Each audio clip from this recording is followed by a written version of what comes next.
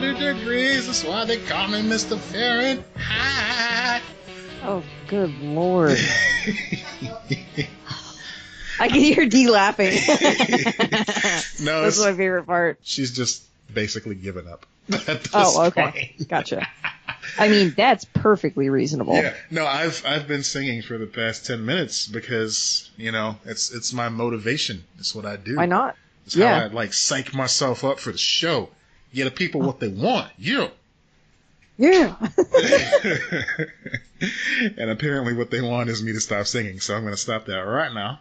And we're going to get on with it. Okay, we have so many notes. Man, thank you, Dee. My lovely assistant, Dolores, just gave me a cup of coffee. Ow. Sorry. What was the... What? That's nice. Yeah. I bought this cold brew like can of coffee type thing. Okay. I think it's a local company because I've seen it around, and I just haven't tried it yet because I'm scared. They're called Starbucks. And no, it's not Starbucks. Oh, absolutely not. No, dude. No. I'm scared. I'm both scared that it's gonna taste horrible and that I'm really gonna like it. Like, you know, I'm scared of both ends of the spectrum. I recently had a coffee drink at C2E2, because what they do is in the middle of it they have this thing called The Block or whatever, and it's their attempt to be trendy and hip or whatever, and it only half works, of course, because, you know, first of all, your comic conventions, stay in your lane. Secondly, you know, they have all these like local breweries and stuff like that, but then they had Monster Energy set up a bar over there, like a coffee bar, but it looked like one of those old-fashioned saloons. And they were serving their variety of coffee drinks, and I've had their Monster Java before, and it is awful. However, they have these new espresso drinks that I tried. I had like a vanilla bean one. It was actually pretty tasty. That's what this one is. It's like a vanilla latte cold brew type thing. Oh, cool. And I'm like, I don't know. It seems like I'd like it, but... Well, give them a shout out on air. Maybe they'll send you some more if, you know. I will if I like it. Yeah. I'm not going to name a brand that I hate. Yeah, take a sip like, what's it called? Don't worry about that. Anyway. Yeah. Yeah. I mean, I'm not deliberately withholding the name of the brand. I legitimately can't remember anything ever. Like, it takes me a long time to remember brand names or things like that. Usually I have to take a picture of something. I can't remember it. My brain is just like, no, I don't need that. That's useless. For years, Dee and I, we drank this wine, and I usually don't really dig wine too much because... yeah, I'm picky. Yeah, me too. It's got this weird, like, vinegary aftertaste for a lot of them. And we had this wine at one of my my office Christmas parties or whatever. It was really good. So I took a picture of it, and let me tell you, that picture followed me and my phone from like my Google G2, maybe even a Sidekick. I don't know. That's how long ago it was. You know what my go-to wine is? What's that? Barefoot. Barefoot. It's cheap. Okay. It's available it's like $6 a bottle. Yeah, if it works, it's it works. available everywhere, and it always tastes good. Mm-hmm. Like, you can buy it at Target. It's available everywhere. I'm like, okay. I realized that wine snobs would be like, nah, but I'm like, I'm not a huge wine person either. And it can vary so much. I definitely don't want to spend a lot of money on wine. So I'm like, screw it. I'm just going to get Barefoot.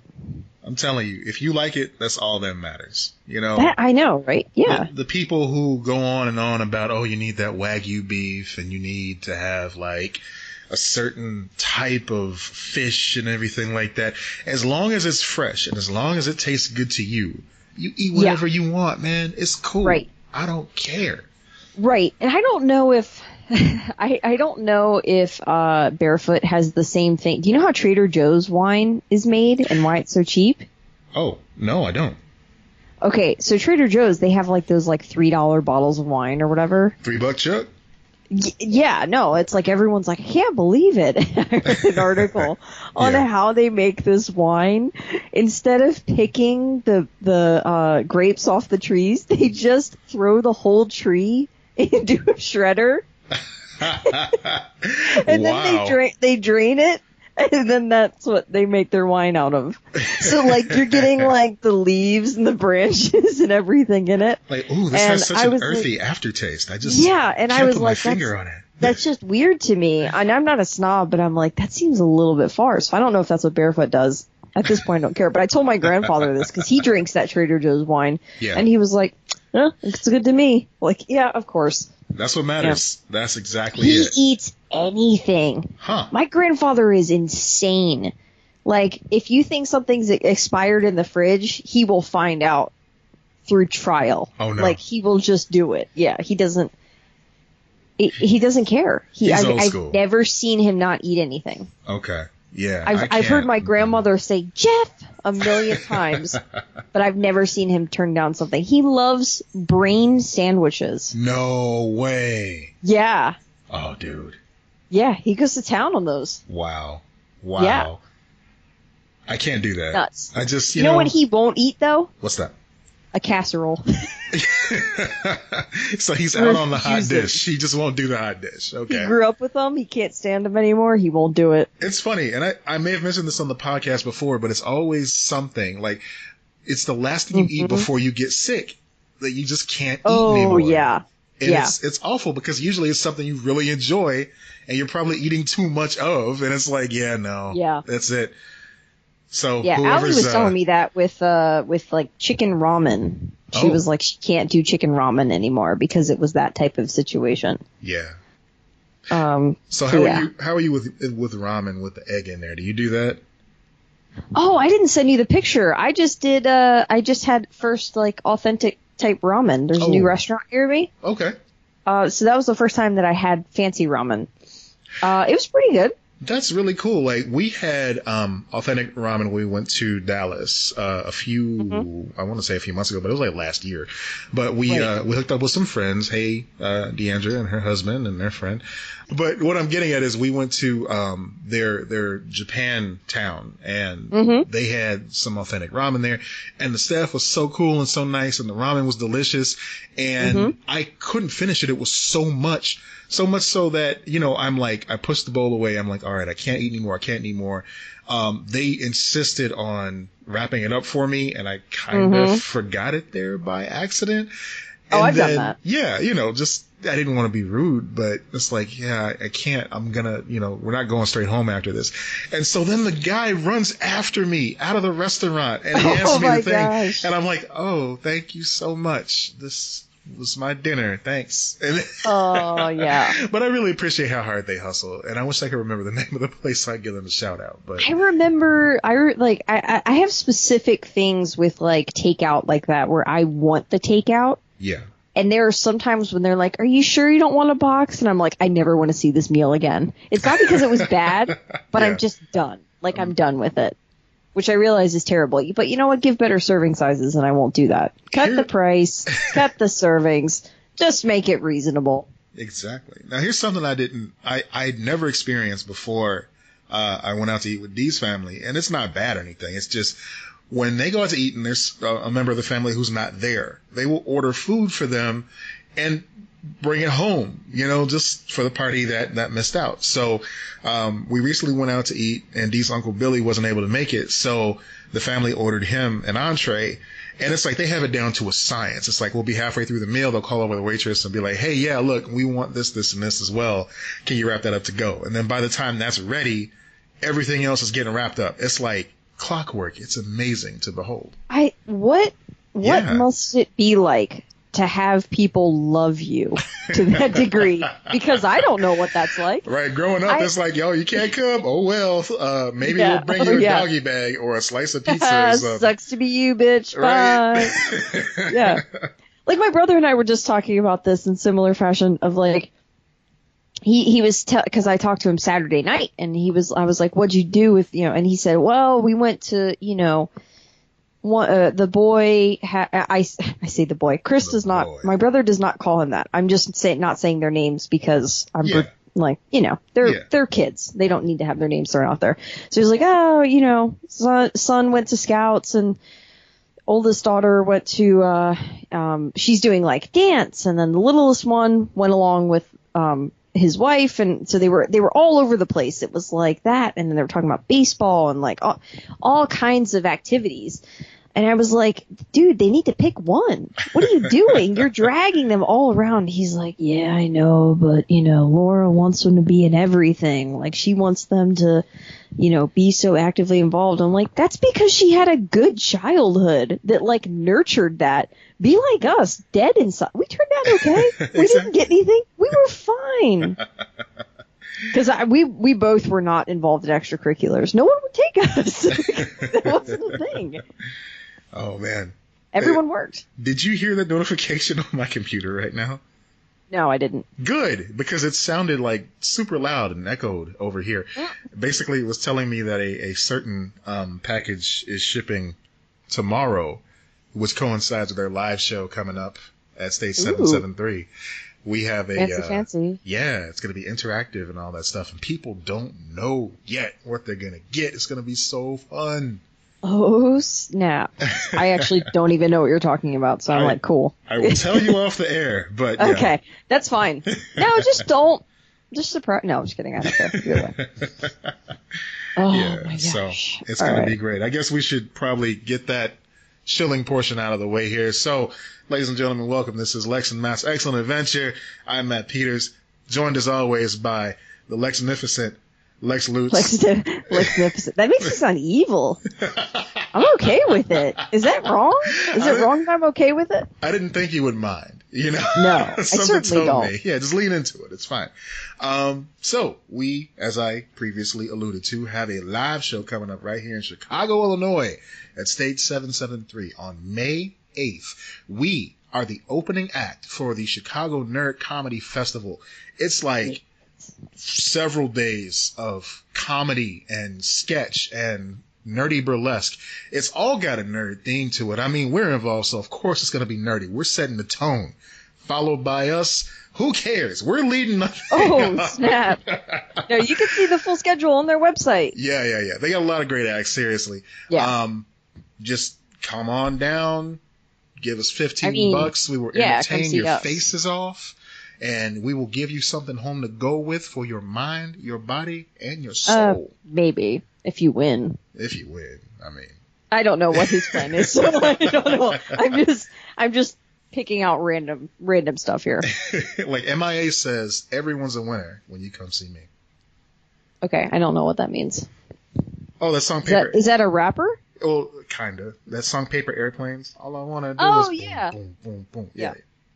And take your money. I had to finish it. See, I either know way too much about music or literally nothing. Like it's that's my ground. I literally the other day just was in playlists or whatever, and I'm like, holy shit, Willie Nelson is good. And I'm like, wait. And then I stopped myself, and I was kind of like, oh my god, has anyone heard of Willie Nelson? Like that's how my brain was. And that like 16-year-old thing where you're like, guys, have you heard of the Beatles? It's like, yeah, bitch, everyone knows. Everyone knows. That's pretty great. Like, but yeah, in my brain, like I wasn't like actually going to people because I am aware that people listen to him, but I was just like, oh, because I've never liked country. I've never been a country person. Yeah. So I was just like, oh, I'm listening to this for the first time. This is really good. He's got a great voice, man. We should like, do. You don't know much about that. We should do a whole episode just on music because I did want to circle back and talk about Chris Cornell a little bit. I was about to say. I mean, we could easily talk about music on an episode. I was about to say Chris Parnell. That's a whole different conversation. Oh my god, yeah. That would be awesome. Yeah. We could do something similar to what we do with the movies. With ranking albums or something like that. Yeah, that'd be pretty great. Just rate I your think favorite. we'd have to do a top 10 for that, though. I don't think I could go down to, 6 we did before? Yeah. That was a weird metric by the Twitter guys that put that out there. It was just one of those random tweets that caught on and people kept retweeting it. It was fun. Like, it was fun. It just was a random number. Yeah. We had fun doing the TV shows, and a lot of other folks had fun doing it, too. Mm-hmm. We overcommitted to reading all of these because you folks love you some TV shows, and a lot of you wrote in. So okay, why don't you We didn't go over this ahead of time, guys. We're great at scheduling. Matt, why don't you do this first 3? Okay. Which is Teresa, I don't know who that is. That's John Craig. And then D. Okay, hi, D. John Craig. Yeah. John Craig. It's because I'm only seeing your screen name, which is Spider-Bat. And then I'll do the rest of them. Fun fact, John Craig has like 15 different Twitter accounts for very specific reasons. For instance, if you like Simpsons shit posts, he's your man. He's the guy. Okay. So shout out to John Craig. So we're going to go ahead and get started. We're going to get started with the person that kicked it off for us. And that is Teresa. She went ahead and sent us her list. You can find her at shy_DMB, CHI_DMB.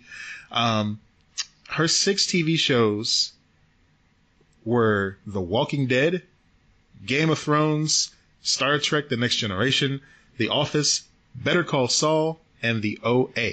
I never know whether to say The OA or The OA. I was wondering the same thing when she tagged us in that originally, because I haven't seen the show. Mm-hmm. I know people that are into it are really into it. It's like 2 or 3 seasons. It's a Netflix original. I don't know how to pronounce it, though. You know what I love about Netflix originals? Like, I'll never get through them all. Like, there's always somebody's favorite Netflix original that one day I'm just going to be bored and like, oh, hey, let me check this out. And it'll be there for me. So I swear to God, if the next time you get in that situation, you do not pick Big Mouth, I will slap you. Isn't that song by who sings that song Big Mouth? Is that The Cure? Is that Robert Smith? One of those. I don't know. I don't know. Anyway, so next up we got John Craig. John Craig, who also gets a shout out because he wrote us an exhaustive history of Secret Wars and Secret War within Marvel. Which we will get to very soon, but yeah, man, that's like a commitment. So we got to carve out a good chunk of time. You sent that to me, and I'm like, I'm not reading that. Like, this is homework. I need to be on break. Right on, man. But John Craig says his most influential, in order of my experiencing them, is Monty Python's Flying Circus, number 1. Star Trek: The Next Generation, Gargoyles, great choice. The Simpsons, and something that goes overlooked in a lot of cases, Freakazoid, which was like... Oh, I forgot about Freakazoid until you mentioned it, to be honest. Yes, like it was like part of the trifecta of the Steven Spielberg Presents. It was Tiny Toons, Animaniacs, I'm counting Pinky and the Brain as part of that, because fuck that spinoff. And then Freakazoid. That was like his favorite children. All right, so he goes live action hero shows, the Aquabats Super Show. Someone cheated. Sorry, go ahead. Legends of Tomorrow, Agents of S.H.I.E.L.D., The Flash, and Smallville. He's got a good batch there. It's a good mix. I feel like he has these in reverse order, but I'll accept it. I must admit I've never seen the Aquabats, but I'm gonna lean on him to introduce me on exactly how to get into that. All right, so my last of the 3 here, the one and only Dolores Peters. You can find her at Avarice D Girl on Instagram. From 6 to 1, so she went in reverse order here. Ooh. 24. Carnival, which is a dope show.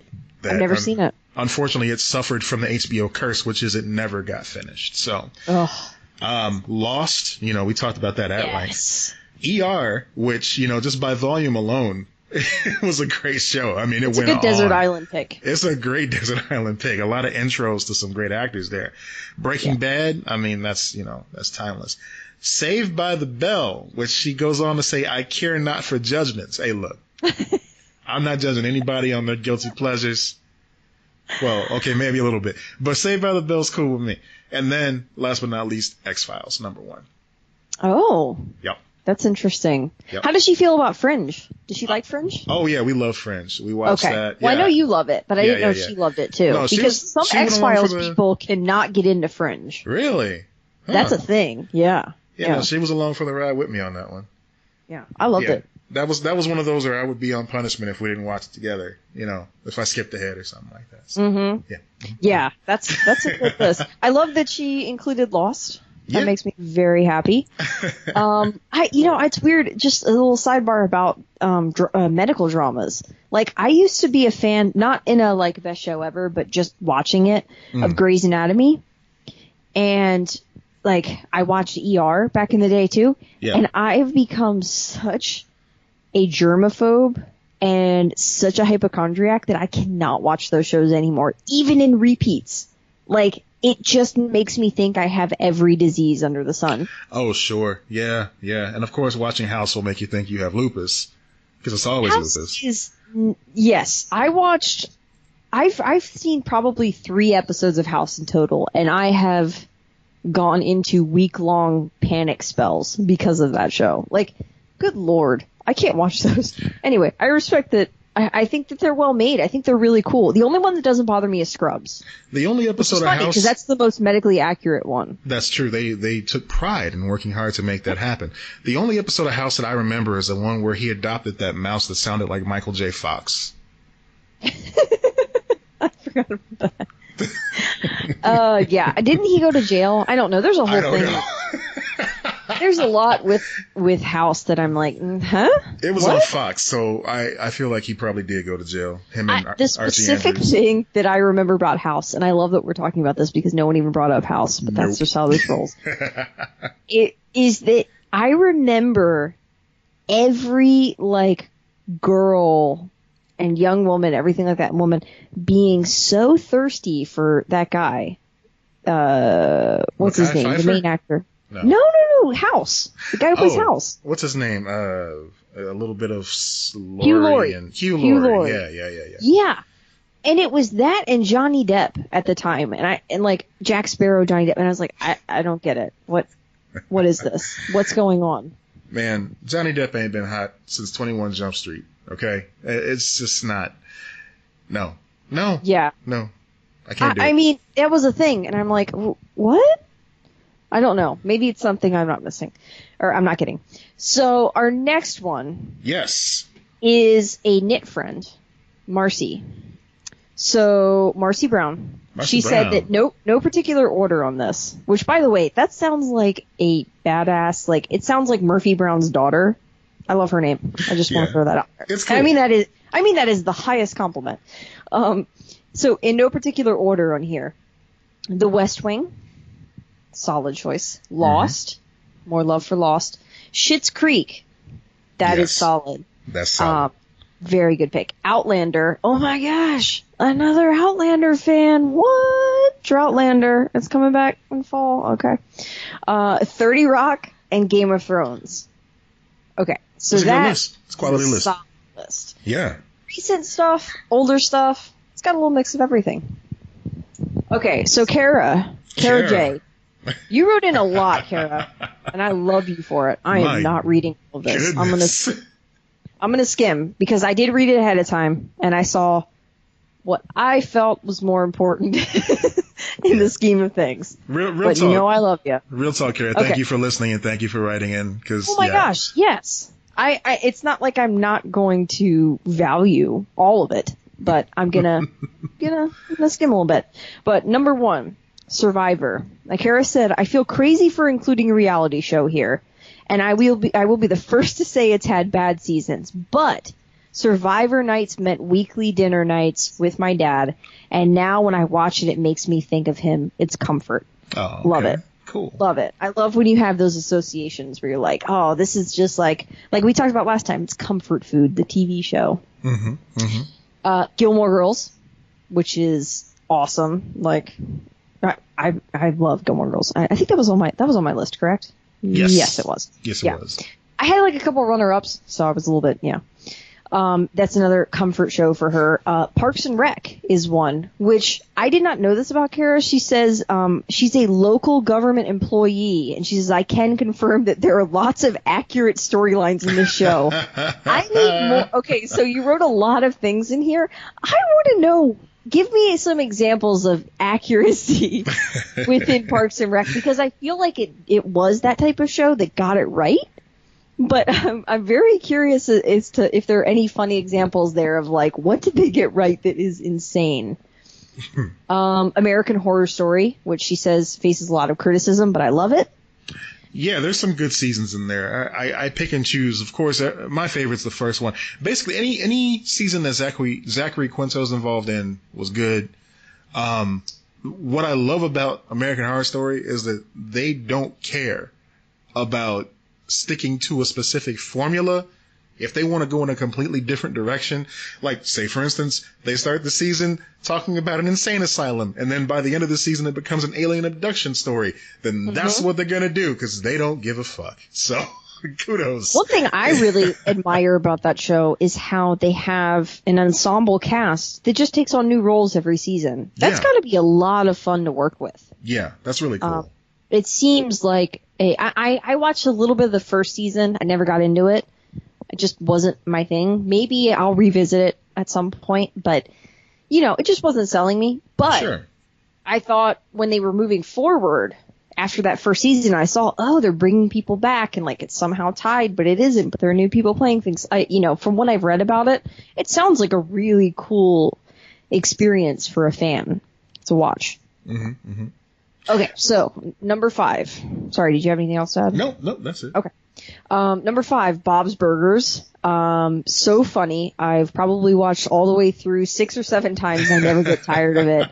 Girl, same. It is always on Cartoon Network. It's one of those that I don't mind. If it's on, I'll watch it. It's my good fellas of cartoons. If it's on, then it's staying on. Yeah, for sure. That's a good That's a good analogy. It's a good fun. Okay, number 6. I'm cheating on this one. One Tree Hill, The OC, and Dawson's Creek. The CW variety pack. I'm very much a teen drama junkie and can literally quote the OC's first season word for word on most episodes. Well, welcome to the OC, bitch. All right, and last one is an honorable mention, Adventure Time. I feel like that one was for you. Yeah, thank you. Thank you, Kara. I appreciate that. As you folks know, we named our dog Bimo after the robot on Adventure Time. Such a great show. Such a wholesome show. Dee and I actually watched a long explanation of the Adventure Time timeline. It's like a half-hour thing. It was on the Frederator YouTube channel. They do good work. Frederator actually, I think they were the production house behind Adventure Time. They're definitely the production house behind Fairly Odd Parents. Oh, really? Yeah, like at the end of the show, it would always be that, Frederator, they'd always do that. But it was a very in-depth look at it, and they actually opened up a lot of plot points I didn't recognize at first. So if you think that you can't enjoy and appreciate Adventure Time any longer, check out that Frederator explanation of the Adventure Time chronology. It's really good. That sounds really interesting. Yeah, I don't watch that. I've seen parts of it, but that intrigues me. That sounds really cool. We'll have to link to it. Link to it. I don't know why I'm saying that. I've been drinking, guys. Okay. No. Okay, so our last one is from Pauline. Zalvala 6? Yes. Okay. Yes. Sorry, I didn't know if that was pronounced right. No, you did better than I would. I don't care. Yeah.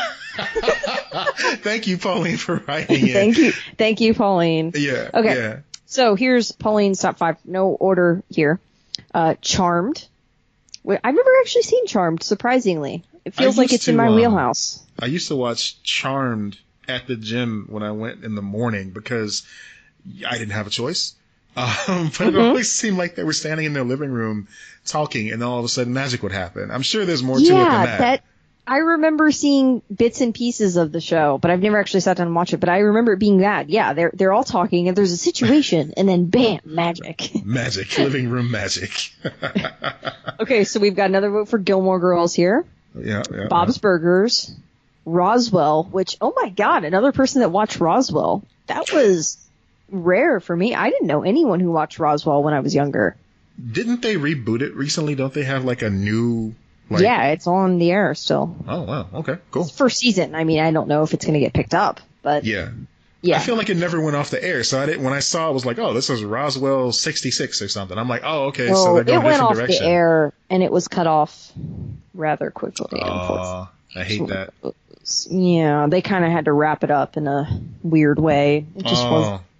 It wasn't right. And they were making some decisions before that with writing that I did not agree with. Mm-hmm. The L Word. Oh. Funny story. I'm watching that now. Nice. Slowly but surely. Kind of working my way through that. Love it. Very drums. I dig the drums. I Love Lucy. Throwback. Nice. I can't disagree with that choice at all. I mean, I can't either. That's sitcom mold right there. Like, that is creation of 3-camera format, creation of that type of sitcom. Yeah. Breaking racial barriers. I mean, that's good stuff, and it's hilarious. Like, you can still watch that show. And we have her to thank for getting Star Trek on the air, her production studio. Really? Oh man, that's so cool! I get to tell you this. Okay, great. No, so, I don't think I knew this. Yes, Desilu Studios produced the first couple seasons of Star Trek, the original series. Like, it was the same studio. It was the same the same sound stage. So yeah, Lucy had an in with CBS, got it on the air, and nice. She believed in it. And thanks to her, we have Star Trek years later. You know, that explains a bit of the progressive nature of Star Trek in a time when it wasn't as progressive. Because, I mean, I would think that was on her mind because she was in an interracial marriage. In a time when it wasn't, okay. I mean, it's still not okay with a lot of people. No, it's not. But, it's so funny how people consider, when you say interracial marriage, they never consider, white and Latino. They always consider, like, black and white. That's always the first thing that comes to mind. I guess. Am I racist? Am I the baddie? We established way back on episode 1, yes, you are. But. Yep. Am I racist? If you have to ask, you are racist. We just need a website. It's amiracist.com. And you go there, and it just says, yes, you are. I'm not opposed to it. I'm for it. I am for this. Okay. Finishing this up. Honorable mentions. Yes. Game of Thrones. Doug. Friends. Yes. Doug. Wait. I believe you meant to say, but okay. Oh my God, that was really good. Yeah. The Office, Parks and Rec, yes. SVU, another show I can't watch. Too much rape, too much murder, can't do it. No. Ripped from the headlines. I can only handle it when it's like My Favorite Murder and Last Podcast on the Left. I can't go weird. That's so weird because those go so much farther in painting that picture. They do, but it's the people giving you the information. They're like, look, we're going to tuck you in here. We're going to make you feel better, but also you could get murdered. So be alert. I don't know. It's just something about the people. That's the case with My Favorite Murder. And then Last Podcast on the Left, they're just so funny that I could listen to them talk about anything. And then Grey's Anatomy is the last one on her honorable mentions. I mean, so that was awesome. Thank you guys so much. Yeah, these are some great picks here. Reminded me of a lot of shows that I used to love, that I still love. Gave me some suggestions of stuff that I need to check out. So yeah, thank you so much, guys, for, writing in. And if you come to the live show, we will shake your hand in person and thank you in person. Ooh, germies. Well, okay. I don't know maybe about not that. Lex, but I will also, I specifically said no eye contact. I don't know what you're promising here, but I went over this. So... I promised fist bumps, palm licks, if they are so inclined. My God, Matt, what is wrong with you? Jesus. You're trying to kill me? You'll never leave Chicago. You'll be too sick to fly. Oh, no. This is how the plague starts. This is World War Z. This is how it begins. Oh, my God.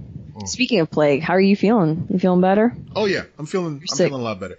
We didn't put out an episode last week because Matt was sick, and that's okay. We're allowed to take sick days, guys. Yeah. Okay. I had some asthma things going on, but I'm doing better now. Thank you for asking. And how's your situation over there with the recording space? Well, I don't want to talk about it. So. Okay. Yeah. We're recording. That's all that matters. That's what matters. We're going to talk about. Man, I got the sniffles today. Really? Okay. Yeah, no, it's just allergies. Pollen is really bad. So if you hear me doing that, I apologize, guys. I'm not trying to do some weird-ass ASMR stuff. What if you're into it? Then, hey, this is for you. Whatever. Yes. Okay, so we've got some trailers to talk about. We do. So several trailers came out in our mini hiatus. Okay, so do you want to talk Star Wars first? Do you want to talk Lion King first? What sounds good to you? Let's get Lion King out the way because I feel like that doesn't have as much meat on the bone as all the other ones at this time. Oh my god, but it looks so good. It does look good. It does look good. I'm here for it. I do not feel this way about any of these other ones. Really? Aladdin, I loved the original. I am not feeling it. Right. With this new one, which we've talked about. And I haven't really been interested in a lot of them so far. I've just been like, whatever. This one, I'm like, oh my god, sold. So I'm still not there yet. Really? Okay. Really? Yeah. I know. I love The Lion King. The original movie was fantastic. The Broadway production of Lion King was amazing. I saw that too. This is the CG one that they're about to release here. I don't know. It just it hasn't hooked me yet. I'm interested mostly because the cast is like knock your socks off, incredible. We got Beyonce, we got Donald Glover, we got James Earl Jones reprising his role. I mean, well, I think John Oliver's in it too. Yeah. Yeah, he's Zazu. Yeah. So it's going to be killer. Great cast. Yeah. And I was sold on the cast. I don't think it's difficult to sell on the cast. Right. But I wasn't completely sold on the movie yet. And now that we're seeing these first images, the only criticism that I've agreed with that I've seen so far is it doesn't seem like the animals are emoting as much as we would want them to. Which I get that they're like, it's realistic. I'm like, I don't need real. Like, let the damn cat smile. I'll tell you what it is. All they did was take the Disney nature cameras and they just got all this footage and they just made Lion King with leftover footage from Disney nature. That's it. God, I would love that. That'd be hilarious if that were true. And now we make $1 billion. Yeah. Like, off of old used footage. Just take out the Australian guy going, look at that over there. Like, what? Right. Your Australian accent is great. I'm going to milk that for all it's worth. That's so great. Have you seen it? Yeah, I don't. I lost it. So you're excited about Lion King? Yeah, so I'm very excited about it. What possible direction can Disney go next with live action after Lion King? Because it seems like they've pretty much exhausted. Like we went down the list of upcoming live action films, but it seems like they've pretty much exhausted everything they can do in CG/live action. That would be interesting, you know? They might just have to make original content. God damn, that's a scary thought. Hey, they got to fill up that network with something, you know? They got a lot of space to fill. Yeah. Oh my gosh. Yeah, no, I think that Mulan sounds interesting. Mulan does, yeah. Because I just feel like visually that's going to work really well if they do it right. Right. Beyond that, I don't really know. Like, I don't really know if many of them interest me. I saw Dumbo came out. Nothing really happened with it. Yeah, that kind of came and went. Like, people forgot about that almost immediately. I have a theory on that one in particular. I think that Lion King is a bummer of a movie, but we feel the redemption of the movie. Like, we feel it. In Dumbo, you don't feel it as much. Like, we don't connect with circus, like circuses the way we used to. We view them as, like, cruel to animals and everything like that. So it's not a lion becoming the king of his pride, like a natural good thing. If this elephant succeeds, he's in a fucking circus. Like, it's not. I just don't like you're gonna have me now. Granted, I haven't seen Dumbo in years, but you're gonna have Dumbo get split from his mom and make me cry my ass off, and then you're gonna meet some racist birds, and then the reward is he gets to get beat. He gets beat in a circus for the rest of his life. I'm sorry. We spend a lot of time with them racist birds. Like they have a whole number. They start riffing. There's some improv happening there. Those jive turkeys. Yeah, pretty much. You know, in the original script, they probably were turkeys, so they could use that line. Yeah, they were jive turkeys. They were jive turkeys. I'll tell you some good news, though. One of the scheduled live-action prequel, sequel, spinoffs was going to be called Genies. It was announced in 2015. They announced the development of a live-action comedy adventure prequel called Genies. The film was being written by Mark Swift and Damian Shannon, while Trip Vinson was on board to produce via his Vinson Films banner. It was intended to serve as a lead-in to the live-action Aladdin film, which obviously they just skipped over. On November 8th, Disney revealed they had originally planned to use Robin Williams' unused lines from the 91-92 recording sessions of the film.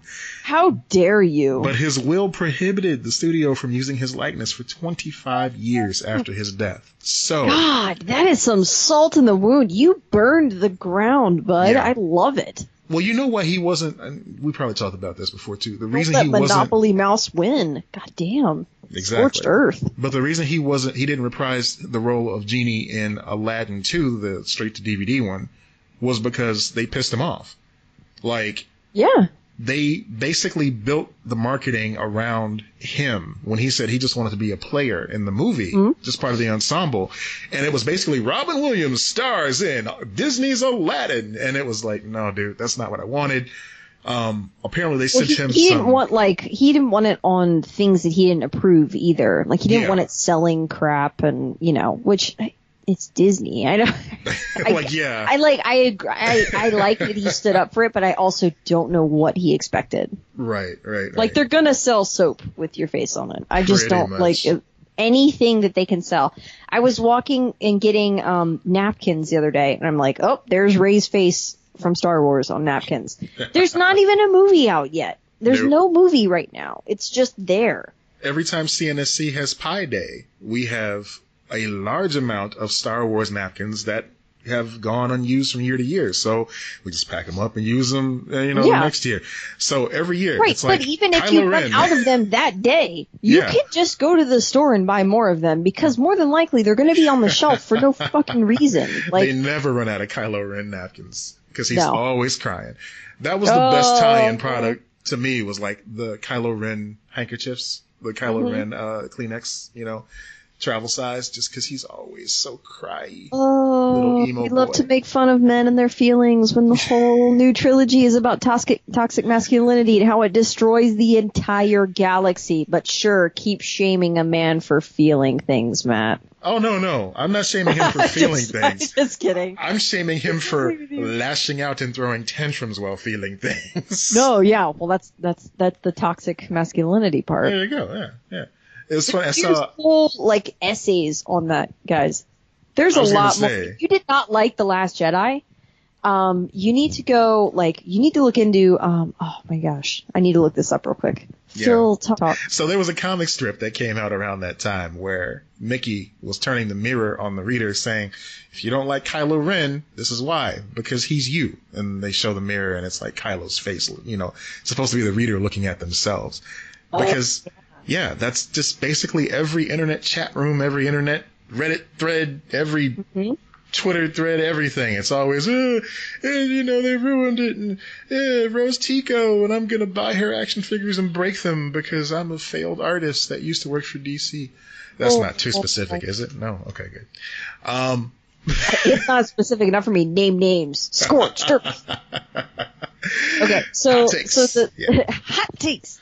So the YouTube channel is Pop Culture Detective.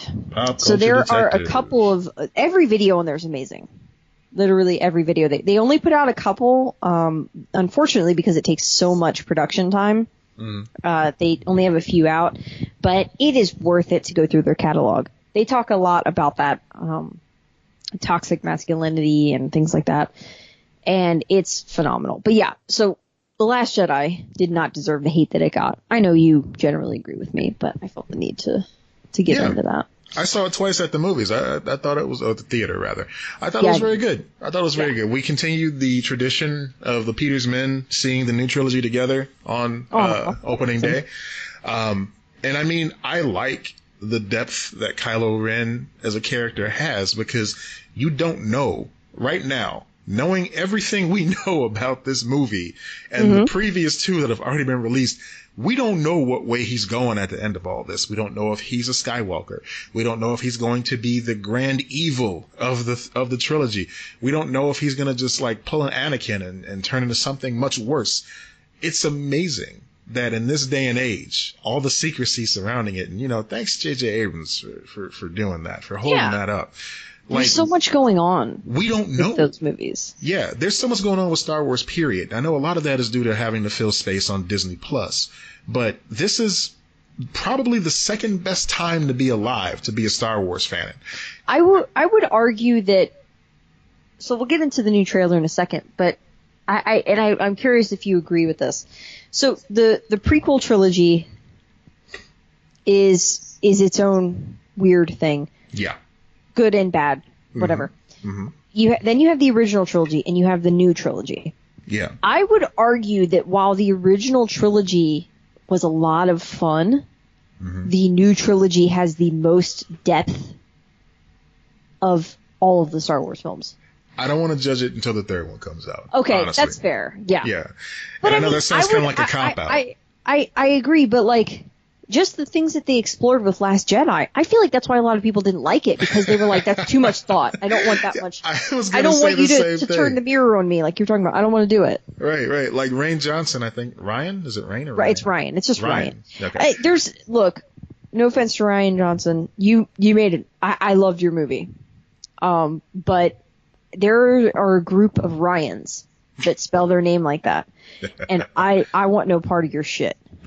Ryan is spelled with a Y, damn it. So yeah, that's usually the addition of a Y is like, you know, the target of the something to make fun of, basically. Yeah. But no, in this case, it's the exclusion of the Y. We're not having it, Ryans. Bring the Y back. Not having it.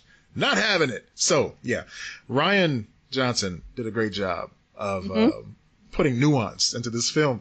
And yeah, it kind of freaked out some fans because they were expecting certain story beats and it didn't happen that way. It's so funny because leading up to the film's release, everybody was just going, oh, it's going to be the same movie as Empire, you know. Yeah. Because, you know, The Force Awakens was basically like the first one, so this one's going to be Empire. And then it wasn't. And people were disappointed. That was my favorite complaint, was when people were going, it's too much, it's the exact same. They're talking about Force Awakens. It's the exact same thing as A New Hope or the original Star Wars, whatever you call it. And then they were like, man, that's weak. And then Jedi comes out and they're like, oh, that's so different. Why'd they do that? He ruined Star Wars. Like, what are you talking about? What do you want? Yeah. So you want to be a kid again. That's what you want. Childhood was so good for you. Congratulations. Like, I don't know what else to, like, I just don't care. No, neither do I. I mean, the fans found so much to hate on, so much so that they, I hate this. The fact that they ended up getting Kelly Marie Tran to basically disconnect herself from the internet.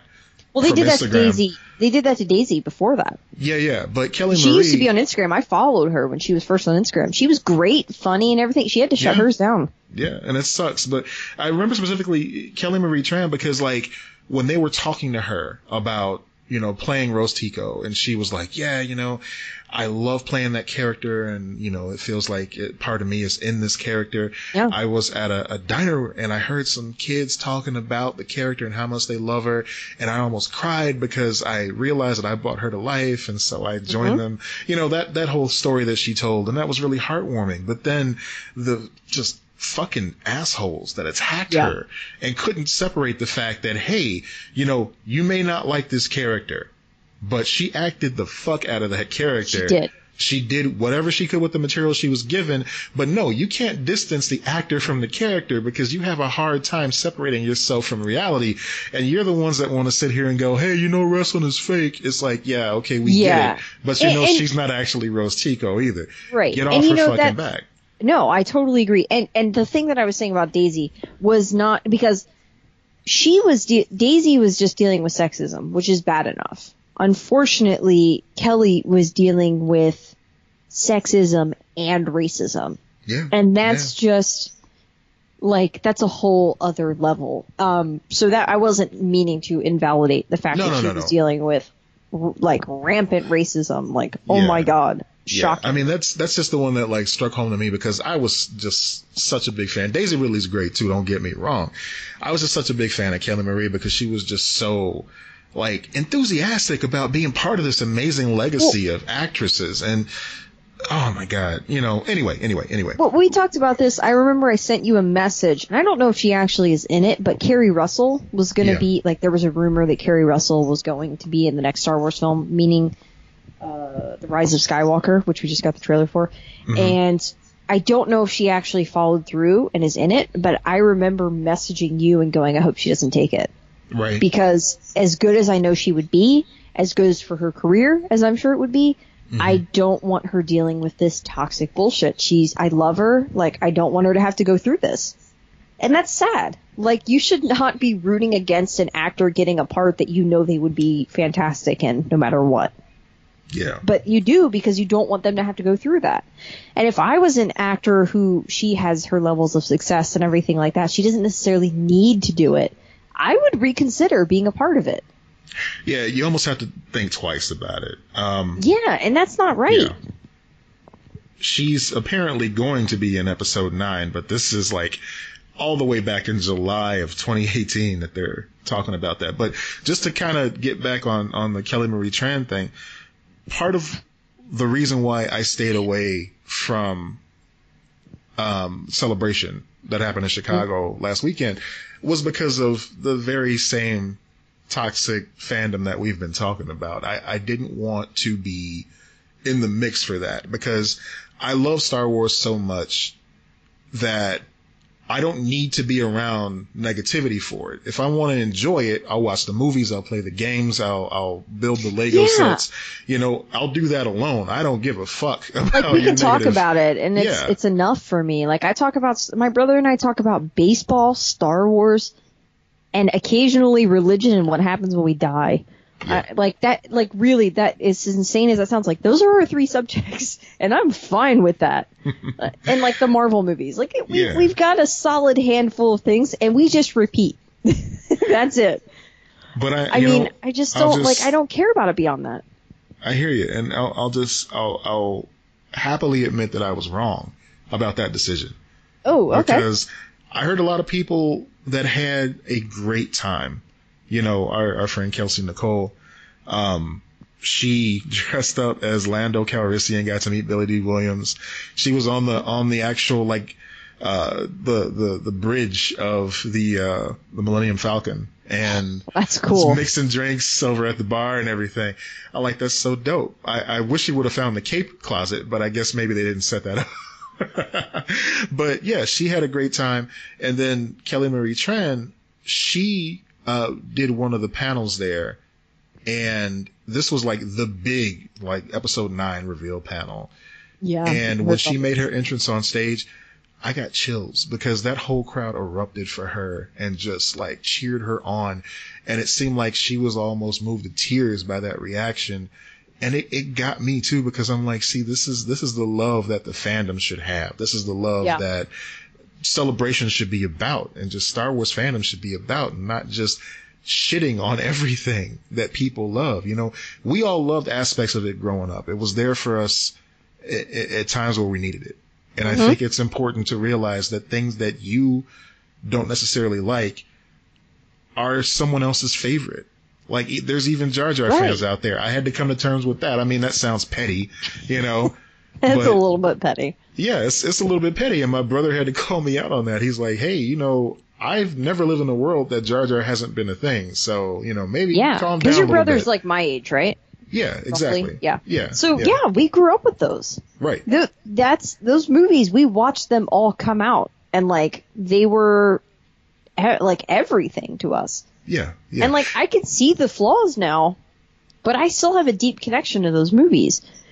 And so I will defend them in those moments or whatever, but I just don't, I really don't like a lot of the people in that environment. Yeah. And it's the same with comic books and comic shops. We've talked about this in the past, where I'm just like, I just don't understand why there's this need you have to like the things that I like and hate the things that I hate. I don't get either one. Like, if you don't like Game of Thrones, for example, which I understand right now, it's heavy in our culture because it's back on the air. Yeah. I get that you don't like Game of Thrones. You don't need to go online and talk about how you hate Game of Thrones. I don't care. Nope. I don't want to do the exact, like, so when World Cup, for example, when the World Cup comes on, I don't care for football/soccer. Like, I don't care for that sport. I'm not into it. I'm not going online talking shit about that. You know, and I'm not saying I've never done this because I have. I've been this person. That's why I'm speaking to it now. That doesn't make you an interesting person. It doesn't make you a whole person. It doesn't make you anything. You don't define yourself by the things that you love or the things that you hate, because either way, that's just a dark road to go by. Like, it's not you. It's just a part of you. I think it's really unhealthy, but I feel like a lot of people are coming to terms with that. And I think that's why she got that standing ovation, because as much as there are these loud, obnoxious voices, there are a bunch of people that go, I'm not like that guy. And they go and they stand up for her and they go, you know what? You're awesome. Thank you for doing this. And they're happy. Mm-hmm. They're happy with the experience. And you don't, and like I was saying, I think Last Jedi, the new trilogy and Last Jedi Temple, I think those are on a high level for me. But if you didn't like it, that's okay. Like, you didn't have to like it. I would implore you to look into some of these different, like, analysis viewpoints of them, because I feel like there's a lot, because I didn't necessarily like Last Jedi. I didn't walk out of the theater going, this was great. I walked out of the theater not knowing how to feel. Feeling kind of weird about it. Yeah. I remember feeling weird walking out. And it wasn't because there was something wrong with the movie. It was because, like I said, I think it explored a lot of things that I was not expecting going in, that no one was expecting. Definitely not. And I think Rogue One scratched that itch more than The Last Jedi did. For folks that were looking for that, I think that was a savvy move on the by the team. What do you mean? Oh, because Rogue One was a war movie, basically. You know, people wanted to see that fight. They wanted to see those space battles. They wanted to see those moments, and they got that from Rogue One. And it was like, you know, your favorite food. It's familiar. You know what's going to happen. Yes. You know what the stakes are. You know who's going to make it ultimately. So they were like, and I wasn't a huge fan of Rogue One. I really loved the ending. I loved the end sequence and everything like that. I wasn't a huge fan of it, but I understood why people loved it. I got it. Like, I was like, okay, that's cool. And I will revisit that movie for sure in the future. I haven't seen it since that first time that I saw it in theaters, and I enjoyed it. But, like, it did feel like that what you're talking about. Like, it was catered to a specific group of people. I don't think I was one of those people at the end of the day, but I was like, oh, okay, that's cool. Like, not for me, but cool. So, I mean, that's kind of how I felt about it. Yeah, and I love, like I said earlier, I love Star Wars. I love most things about it. But loving something also means that you can willingly criticize certain aspects of it without feeling like, oh, the whole thing needs to just be tossed out, you know? Oh, absolutely. There's certain aspects of it that haven't aged well. There are also things that you can criticize that are critical for you, but not necessarily something wrong with it. And it's good to recognize that. It's good to recognize what your personal criticisms are versus, oh, everybody feels this way because this is obviously the worst thing in the world. Like, no, dude, calm down.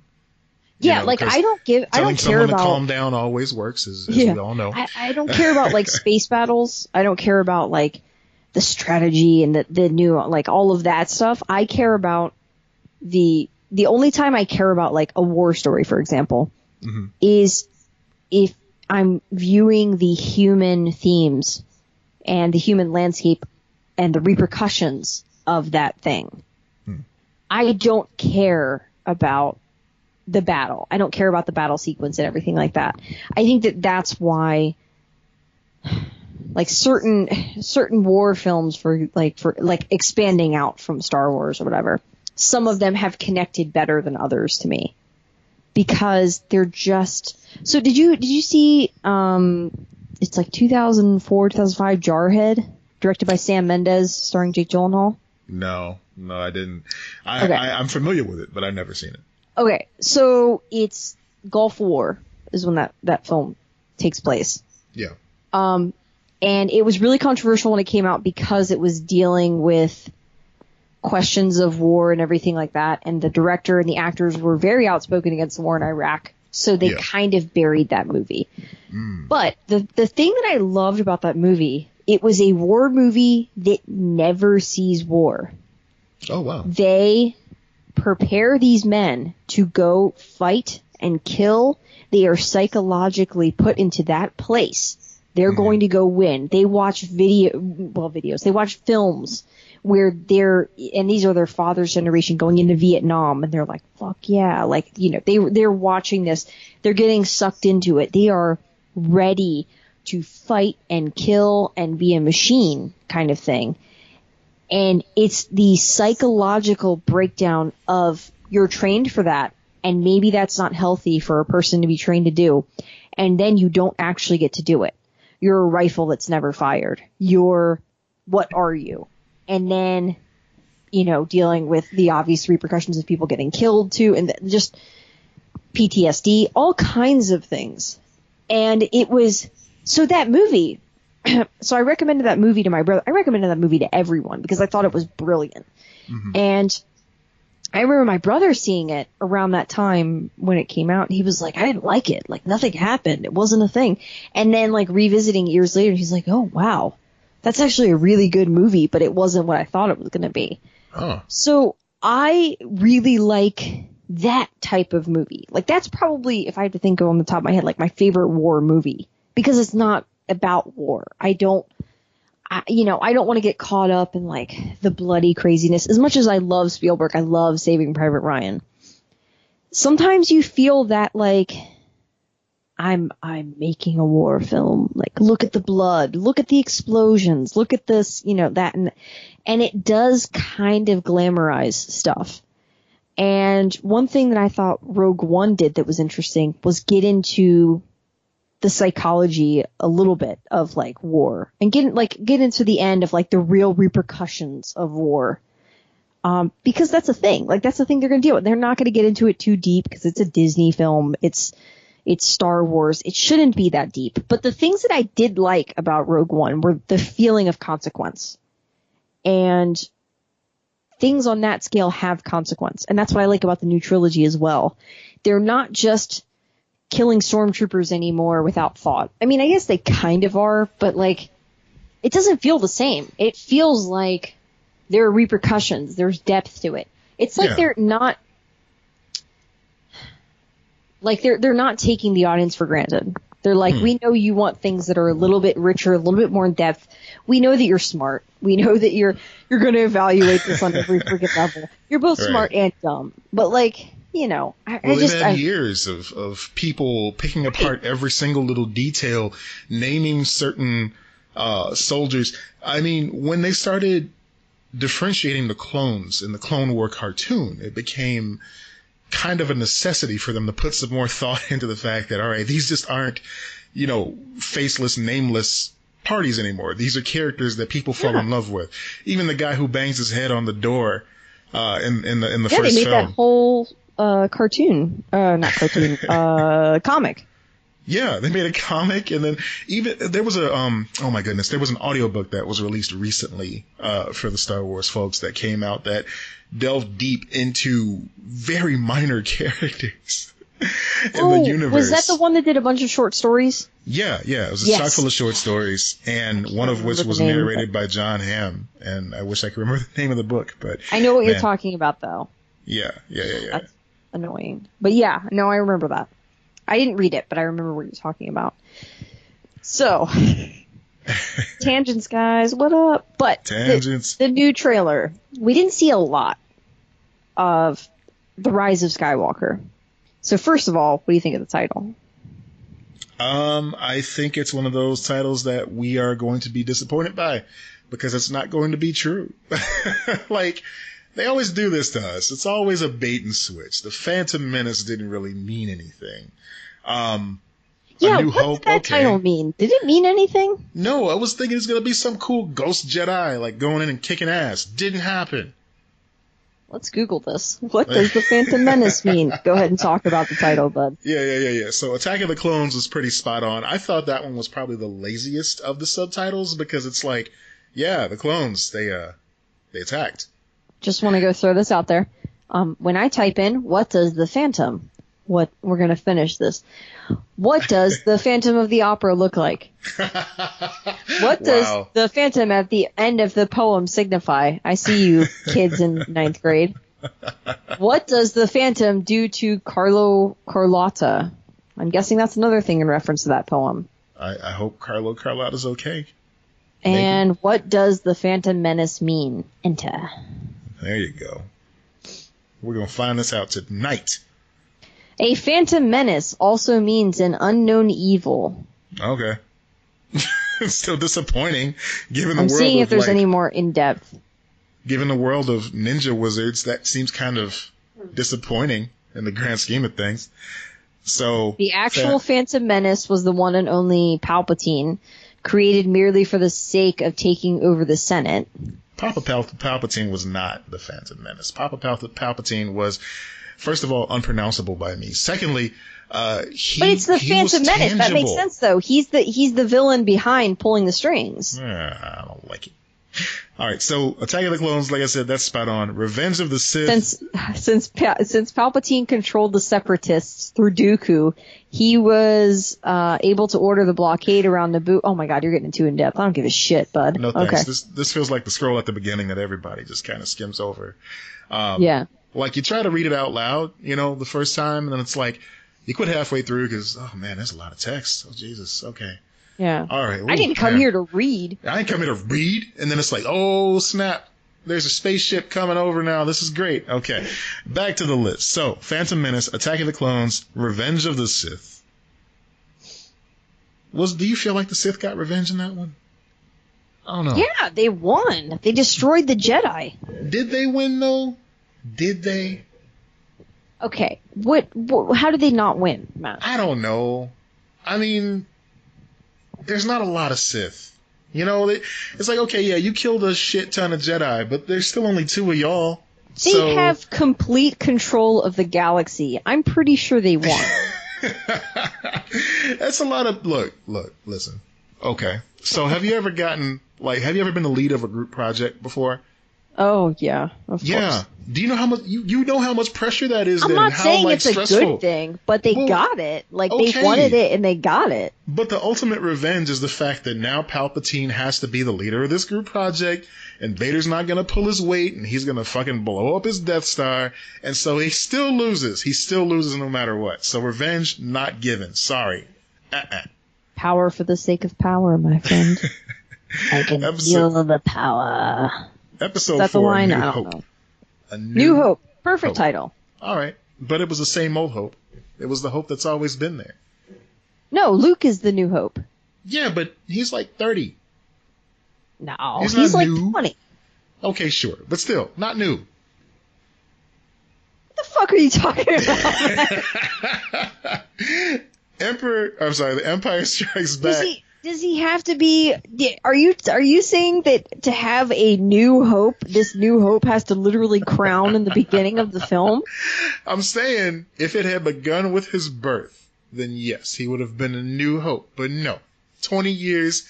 That's why they played the New Hope theme and they showed imagery of the New Hope at the end of Revenge of the Sith because it's moving into a new hope. A new hope is Luke and Leia.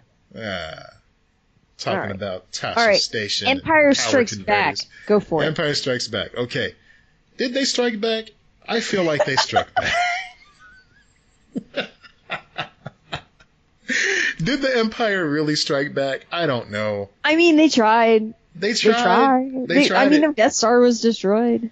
Man, they are just bad with these Death Stars. They can't keep up with these things. And what do you got to say about Return of the Jedi? Did he come back? I don't. Did he really come back though? Did he ever leave? He seemed like he was always there. Did he ever leave your heart? That's what I want to know. He was in our hearts and minds. When you accept Luke Skywalker into your heart, does he ever leave? What was that meme that you shared with Eric today? I don't remember what it was. Jon Snow. I'm gonna actually read it because it was just too good. It was too perfect. And then your comment was just the cherry on top of it. Oh my god. Let me see. If you think Jon Snow rocks, wait until you hear about another long-haired defender of mankind. A cool guy I like to call Jesus Christ. And then I said, Pastor pulls up a chair and sits on it backwards. He does a Riker. Basically. Have you heard of our Lord and Savior, Jon Snow? I don't know why it's Irish. He doesn't have they have Scottish. It's Scottish, isn't it? Isn't that Sean Bean? Is Sean Bean Scottish? Well, you know what annoys me the most about Sean Bean? That's a title, if I ever heard one. Yeah. His first and last name is spelled the same but pronounced differently. That's what annoys me about Sean Bean. Now, see, if it had been Star Wars, colon, you know what annoys me about Sean Bean, I would have provided an answer right there in the film. Like those wonderful movies that say the title of the movie in the movie. Okay. Now, okay. You did Return of the Jedi. Does he return? Okay. Does he? Now we got it. Now Force Awakens. Did it though? I don't know, man. Oh, Sean Bean is English. I don't care. I still want to keep that title. That's a very English thing to do. It's just my god. Spell two words exactly the same and then pronounce them completely differently. It's a dig move, Sean Bean. That's why you die all the time, okay? That's that right there. You know what? Since I'm on a tear right now. He's going to come back as a White Walker, though. You know what? You know what? Fuck Adam Levine, too. What the fuck? Wait. How did we get on Adam Levine? Look, I'm the queen of tangents here. Because I'm watching, I'm out of the corner of my eye. I don't want to say I'm watching because that would mean that I'm paying attention to this. The Voice is on my television right now. And Adam Levine has a mohawk after being blonde for the semifinals or the battle round or whatever the hell they call it. I mean, John Legend is right there. Pay attention to John Legend. He's trying to outshine John Legend with his tacky ass hair. Okay? That's sad. It's sad and lame, Adam Levine. Get over California. It's not that great. Except for our California listeners. We love all of you. Oh, god damn it. Okay. That is funny. Whatever topic we're on, let's get back to it. What about The Last Jedi, bitch? The Last Jedi? Obviously not. Obviously not. She stole the books. She stole the books. Wait, she didn't just steal the books. And now I'm just doing Jerry. She stole the books. She stole the books. She stole his lightsaber. Like, she didn't just steal the books. She stole his lightsaber. Why isn't it the green one? Where did the green lightsaber go? I want to know. Where did it go? Where's the green lightsaber? That's what I want to know. I think in the new trailer, it's a fake lightsaber. That's what I'm saying. It's a fake lightsaber. They CG. It's the green lightsaber, my friends. That's what I think. Because you know what? They destroyed the blue lightsaber. How do you fix it? I don't know. You think that they're pulling an Avengers Infinity War. Ah, okay. Trust no one. How did they fix it? It would make more sense if it was her green lightsaber, but they're saving this as a surprise, that she pulled it from the Jedi tree. The Jedi tree. What the fuck are we supposed to call it? It's a tree full of Jedi shit. What else are we supposed to call it? That was the oft forgotten follow up to U2's The Joshua Tree, the Jedi tree. I would listen to that. Oh my god! I what would if too. It was just what if that was just Weird Al's parody of Joshua Tree that was a tribute to Star Wars? Oh man! Oh man! Yeah, he's due for another Star Wars parody. He hasn't done one in forever. Yeah. Yeah. So God, that is some of the funniest shit you've ever done. Is that stupid? Is it though? I mean, just I don't know. Lord and Savior Jon Snow. All right. So I loved the trailer. Did you love the trailer? Did you? I loved it. Were you lukewarm about it? Were you Luke Cage warm about it? I was. No, I liked it. I liked it a lot. Right. I like it a lot. I wasn't like, oh my god, I need to scream. And what's funny too. I was definitely in the oh my god, I need to scream more so than the Avengers trailer. But I think that it's mostly because Rey and Leia. Like, that just... that moment, yeah. Knife yeah. in the heart. Oh. I mean, that surpasses just something that was scripted, though. I mean, I kind of separate that from the whole Star Wars vibe to, okay, this is something else completely here. This is Carrie Fisher. It's like, oh my God, seeing her, knowing that she's no longer with us. I'm just going to cry so much. Yeah. Yeah, I mean, when I saw, I mean, I was crying in The Jedi. Last Jedi. Yeah. Yeah, I mean, it just... She had just died, right? Yeah. Or was that when Rogue One came out? No, it was Jedi. Because Rogue One would have been weird if she had just passed away and then they had that, tag at the end with the CG version of her. That would have been fucking creepy. I feel like that was the same time. I don't think so. No, because she did the press tour for The Last Jedi. Right? This is my brain. Okay, she died in 2016. Yeah, okay. You're right. Okay. Yeah. Yeah, so she died when The Last Jedi came out. Yeah. Man, that's so sad. Wait, no. She died in 2016. Last Jedi came out in 2017. So 2016 was Rogue One, so that was She passed between them, then. So, she died on December 27th of 2016. Wow. Rogue One came out December 16th. Holy shit. That's what I'm saying. I saw that movie. I remember seeing that movie and then her dying a couple days later. That's so weird. Yeah, it was a lot. Yeah. I mean, this is what I'm talking about. This is exactly what I mean, because it's your brain goes to a completely different place because we treasure Carrie Fisher so much. Right. And it's impossible to gauge that moment separately from, the strong feelings that we have for Carrie Fisher. Yeah, understood. Yeah, I get it. I'm excited to see what they do with it, given that they only have a certain amount of footage. Yeah, same. And I know it's going to be respectful and kind and, everything like that, because I know JJ will just be that person. He wouldn't do it if he didn't think he could be that way. They consulted with the family and everything and made sure that, everything was above board and respectful. So that was really good. The exact opposite of how they handled the whole Aladdin thing. God. Yeah. And that reminds me of another anecdote that I heard recently, which was about Ryan Reynolds and how he actually fought hard to get Deadpool to wear a B. Arthur t-shirt during Deadpool 2. So much so that he paid out of pocket. I think it was like $10,000 he paid for the rights to her likeness to her family. Wow. Good for her. She's worth $10,000. Good for you, B. So, I mean, I was amazed by that. I love the B. Arthur stuff. In Deadpool. Oh, it's so good. It's so funny. I remember seeing I was at Walgreens and I saw 3 new Chia Pets that they released around the same time. One was Deadpool, one was B. Arthur, and the other one was Bob Ross. I'm like, this is perfect. What is happening in life right now? This is weird. By design.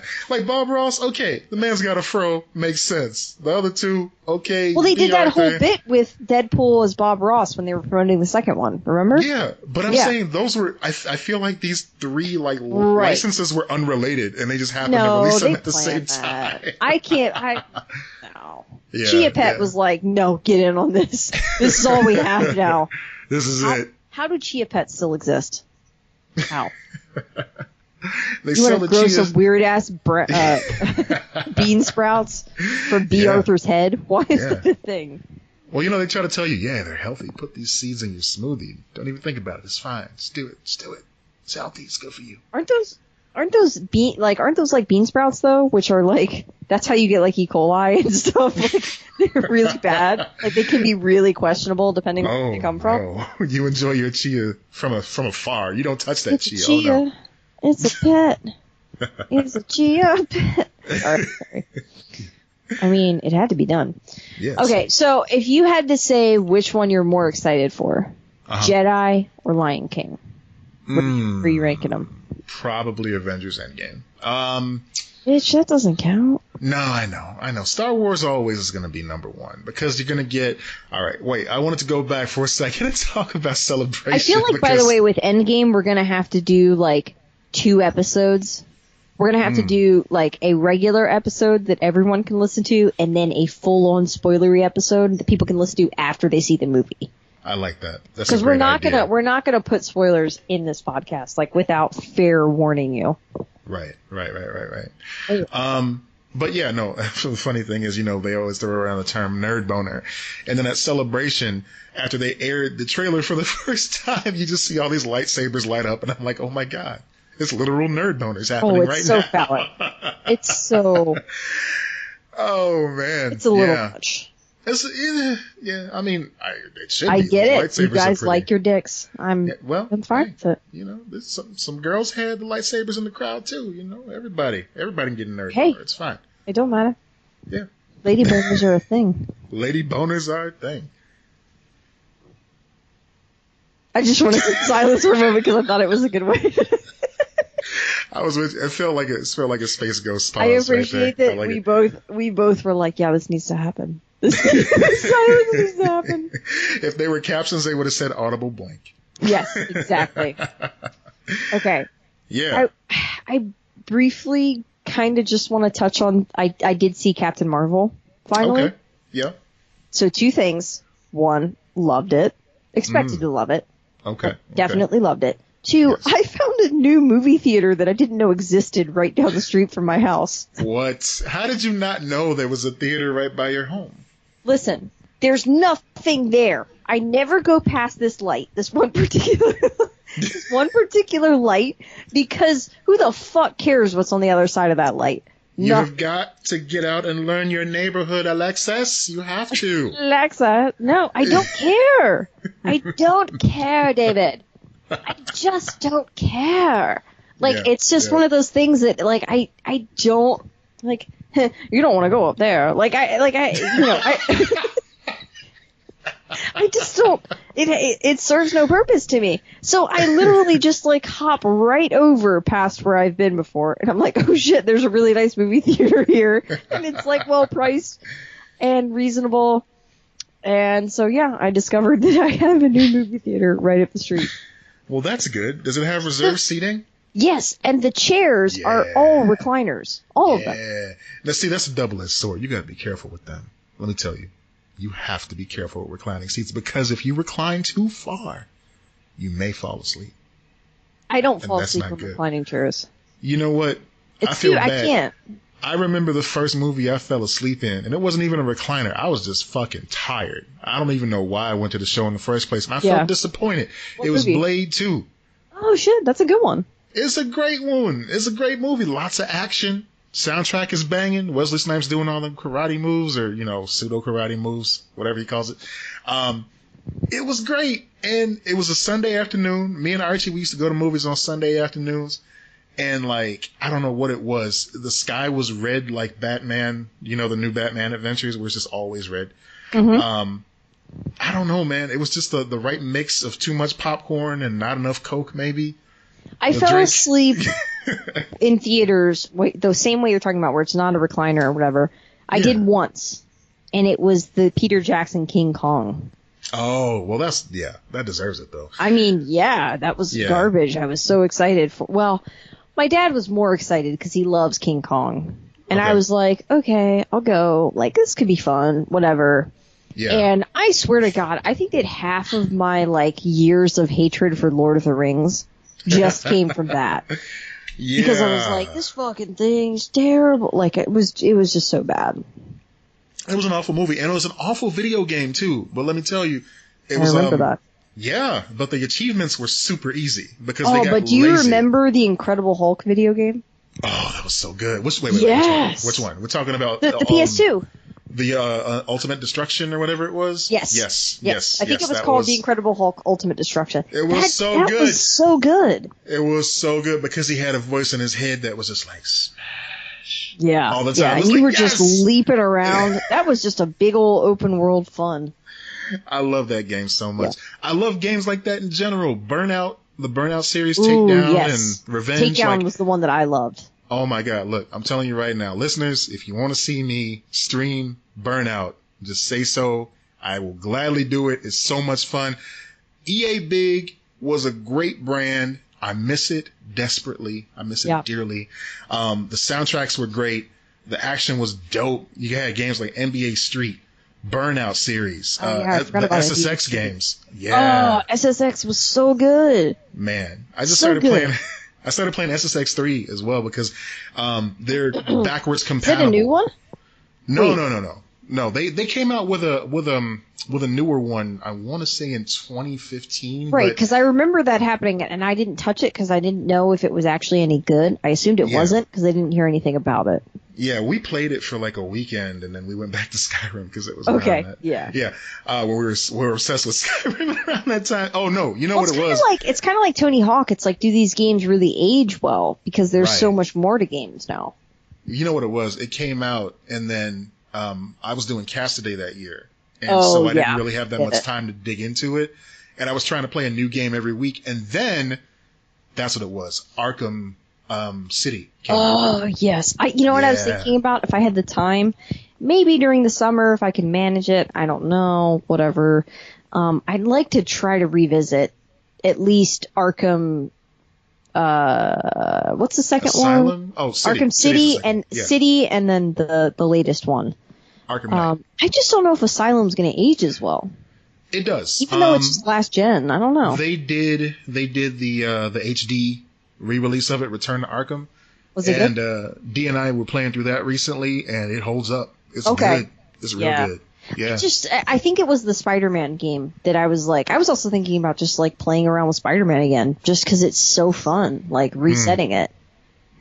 Because I just, I still haven't beat Red Dead. This is me going, oh, it'd be nice to play these games, and then just not playing them. That's my life. No, same. But I had to finish Red Dead because I had to see how the story ended / began. I'm going to do it when the semester's over. Going to do it. I haven't. My guilty admission is that I haven't gotten into any of the Spider-Man DLC because I jumped ship from Spider-Man in order to dig into Red Dead. Same. I haven't. I don't think I have the Spider-Man DLC because it's like I knew I wouldn't get around to it. I was like, I'm going to buy that later.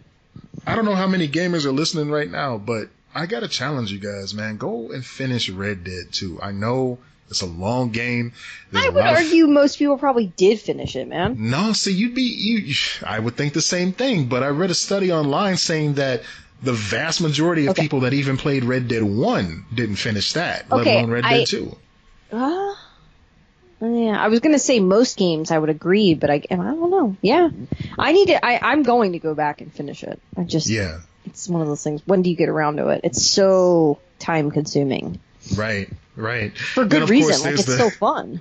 There's an 800-pound gorilla in the room. I say that instead of 500-pound elephant because it sounds cooler to me. I haven't finished God of War. Yeah, like it happens. It happens even if you're really invested in the game. But you know why that's so shameful for me? Because my PS4 basically shut down around the time it came out, and I got the special edition God of War PS4. Damn. So it just taunts me sitting here. That is a little shameful, then. Yeah. Dee finished it, so I mean the household is still intact because one of us has completed the game and enjoyed it, but I have not yet. I haven't had the time. I figure when I take time off or when I get sick again, then I'll start the game. I'm like, I don't want you to get sick again, but I kind of want you to be able to play the game. I don't know. I need to get sick sometimes. I mean, this is like necessity, so I can just like chill the fuck out because I have our live show coming up. That's a crazy thing called your body telling you to slow the fuck down. What coffee? I can't hear you over the coffee. Don't you dare drink on this podcast, you monster. I don't drink Monster. I only drink coffee. Sometimes Red Bull.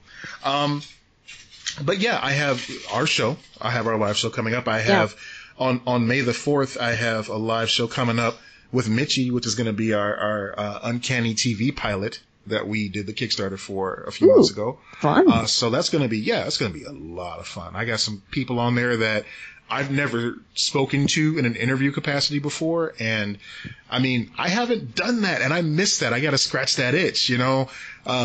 Since last we spoke is time consuming. It's fun to do, but it kind of just turned into the Resnaculous podcast, which is still kind of great because, you know, I love snacks. Yeah. But the whole interview aspect of it. I was thinking about this the other day where I'm like, oh, I'm glad that we don't have an interview-based podcast that's just us because it's so difficult. Let me tell you, doing that 30 days in a row, it's like harrowing, trying to make sure that you stay on schedule. Cool. It's cool, but it's like, no, thank you, sir. Well, the other half of it too is like if you have your interview subject is going to spread the word about the show too when they, you know, come on the show because they want people to hear the great interview that they just gave because I'm a good interviewer. So I know you are. I've been interviewed by you, kind of. This whole podcast is an interview. Ha ha. I just like the idea, like you know, this is whatever. I'm like, I just immediately went, this is Jon Snow. He's king in the north. Like, just sorry. God damn, my brain is on Game of Thrones. Sorry, yeah, I'm not spoiling anything, guys. Don't worry, I won't talk about it. No, this is. But I read several theories, and I had thought of them. Yeah. And I'll tell you after, after we wrap up here, if we remember, the one particular theory that I thought of, which is rare because I'm kind of dumb. But like when I read someone talking about it on Reddit, I was like, I thought of that last night when I was watching the thing, and and now I'm like, oh shit, I think this is a real possibility. This makes sense, and so now I'm kind of excited because I'm like, what if I predicted the Game of Thrones? What if I predicted the Game of Thrones? Yeah. Anyway. Yeah. So. I kind of briefly want to talk about this Chloe from Smallville thing. Okay. So in the past, I had done research on this because we were going to do a whole mini episode on it, and now I feel like I just don't care to dive that deep into it. But here's a rundown, sweet chili babies. So, Chloe from Smallville. If you haven't seen Smallville, Chloe is Clark's sidekick best friend on Smallville. And she's thirsty. Yeah, that's a whole separate thing.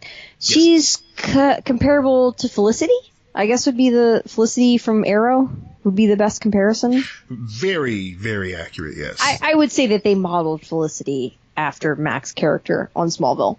100% agree. So she was in this weird cult called Nexium. It's spelled even weirder than it sounds. So basically it was, when I did the research on it, it was kind of like a self-help thing where you go through the ranks, you build up, you know, you get deeper and deeper into it. It pulled a lot of stuff from New Age things. It pulled a lot from Scientology. It was a little bit of an amalgam of a lot of these different, it wanted to be Scientology, basically. To at least have that power that Scientology had. It wasn't a religion in the sense of like claiming this is what God wants, this is what this and that. It was Scientology plus pyramid scheme, I guess would be the best way to put it together. So it was led by this dude named Keith Raniere. And he was like, we have to recruit celebrities. Like, that's the thing. So, are you sure it wasn't pronounced Keith Ryaner? Ryaner? Whatever. I don't. He's a cult leader. Why do I care?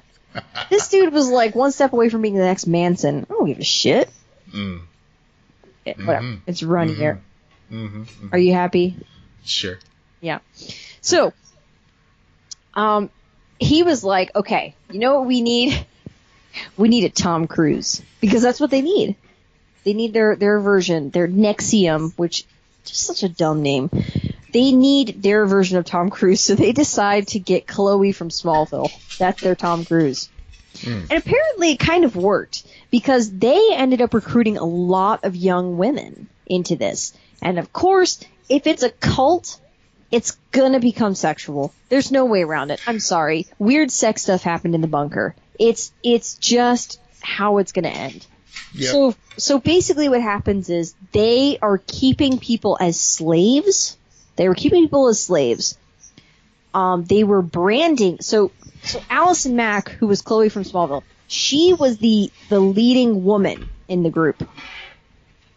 The guy, the Keith Raniere or whatever, was the top person. She was second in command and leading woman. So every woman who was a sex slave in this, I hate to use the term sex slave, but like that's what it was. Like they are literally being charged with human trafficking and everything like that. They were physically branded with the initials of those two people. Wow. I didn't realize that part. Yes, they have. Wow. There's photographs of it. It is. I mean, the proof is there.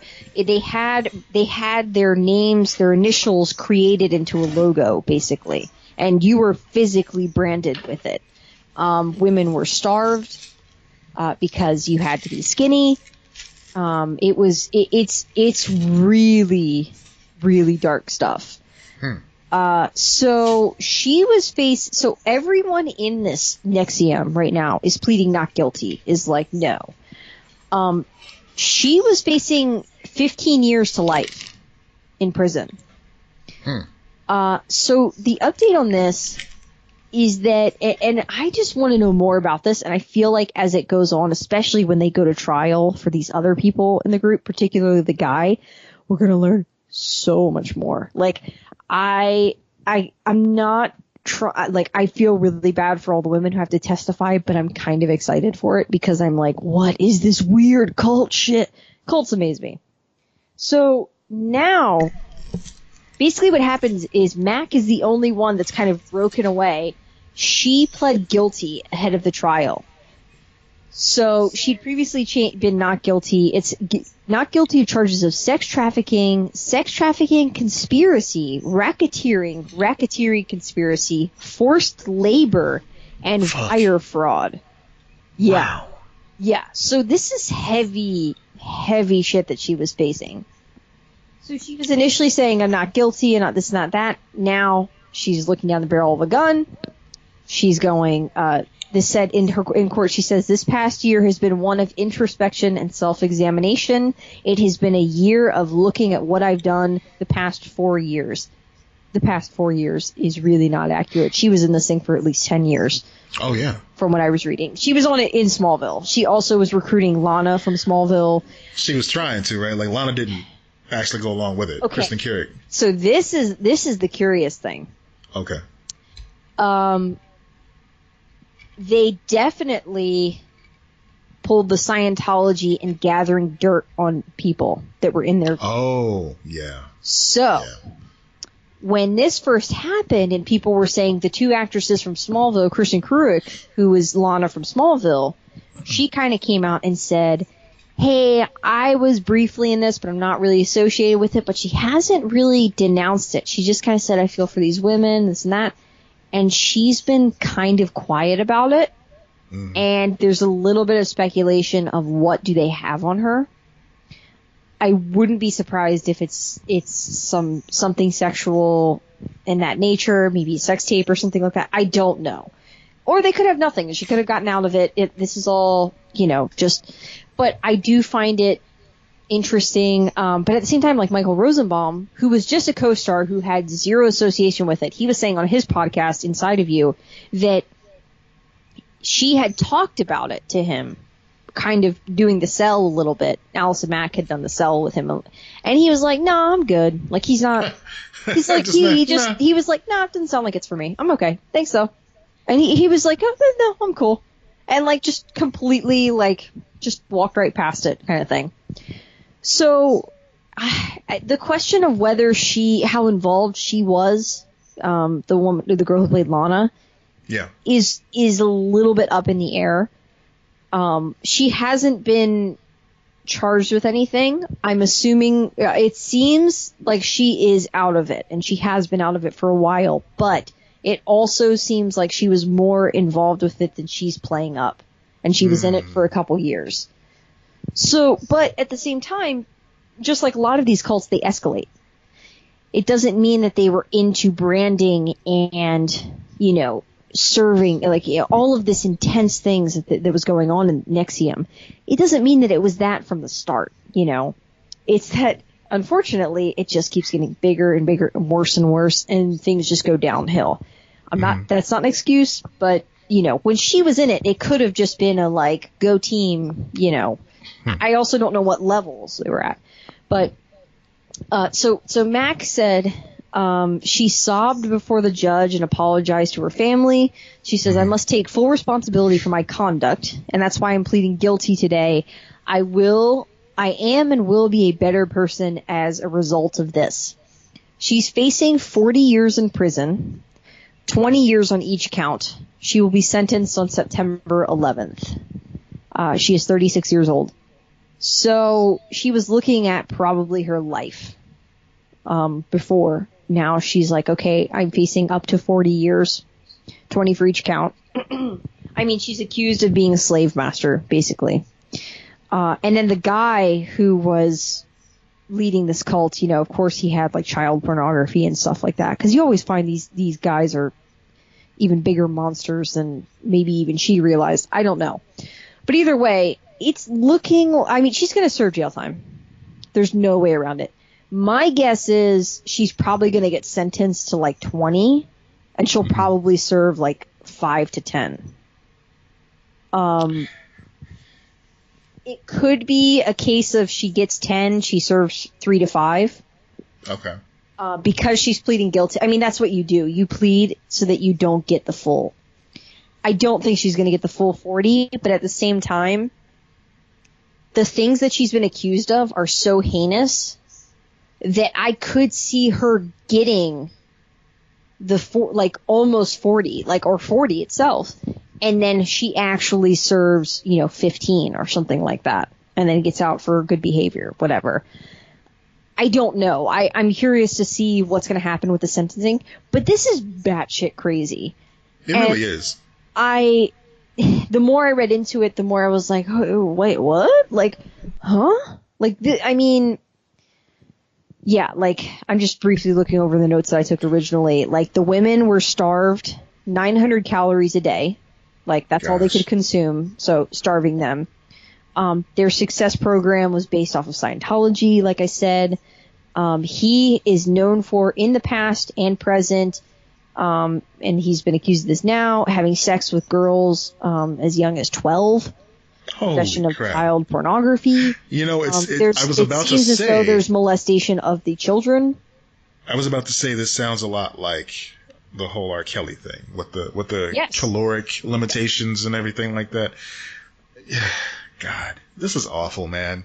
So anybody doing this is fucking awful. Just some examples. Another example of someone who Mac. She went out and she was their person. She went out to recruit people. Yeah. So she would seek out actors. She would go to seminars. She was like, this changed my life. Look at me. I'm a successful actress. Now, mind you, she was a child actress. She was very young. She was actually going to go off to college and leave acting for a while when she got Smallville. She was only 18, 19 years old, something like that, when she got Smallville. Wow. So she was kind of done, and then she got pulled into that. And I feel like because she, it's that she lost that childhood thing, it kind of messed with her. Mm. So she tried to recruit Beverly Mitchell, who was from Seventh Heaven, the middle child from Seventh Heaven. She also, publicly, and you can find these tweets, I don't think they've been deleted, she tried to get Kelly Clarkson and Emma Watson to meet with her. She was reaching out to them being like, hey, I've got a great idea. Why don't you meet up with me and I'll tell you about my essential oils, basically. Jeez. Yeah. Just that Hollywood sort of thing where it's like, oh, hey, I'm having a 24 karat Tupperware Swarovski party. Come and look at it, look upon it, buy it. Let's have a conversation about Jesus. I don't know what they do. So here's some really, this to me was one of some of the darkest things that I read about not the darkest, but just really shitty.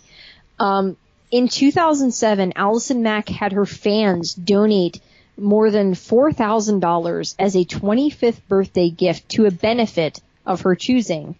And of course, it went to the funds that were owned by the company that's involved with NXIVM. Oh, man. She basically scammed her fans out of $4,000. I hate that. Supposed to go to charity that she funneled back into NXIVM. Yeah, let me put a pin in this. Yeah. It's weird because we talk about how bad social media is and accountability, isn't really present in a lot of things. But I feel like social media would have done a lot of good in this situation here as far as. And this was still Wild Wild West kind of situation. Yeah. But I think about, Stephen Amell, just something comparable. Stephen Amell and his, what is his charity? It's fuck cancer. Okay, but the way that he is so just open about it's called, his life. If you go, it's Let's F Cancer. It's F Cancer, Fuck Cancer. That's his thing. Gotcha. Ryan Reynolds has something that sounds a lot like that, because I know he was, ironically, he was doing T-shirts around the time Deadpool 2 came out. I got one of them. Yeah. Oh, cool. Anyway, but the reason why I brought up Amell is because with all his charitable work, he's always just out loud about it. He is around fans. He is doing live streaming on Instagram all the time and on Facebook. Yeah. He's just so accessible to people that it'd be almost impossible for him to scam the fans in that sort of way because, Well, he's also being very open about, you have now people expect more transparency. And if you're not being transparent, they're going to start questioning things and then they're going to start digging shit up, So that, there is that accountability. It's that double-edged sword of it can be really good or really bad. And in that case, accountability is really good, obviously. Mm-hmm. So basically the reason that she funneled that money back into the organization was he preached, for lack of a better word, or taught that giving to charities was wrong. So you shouldn't give to charity. You should give the money to me.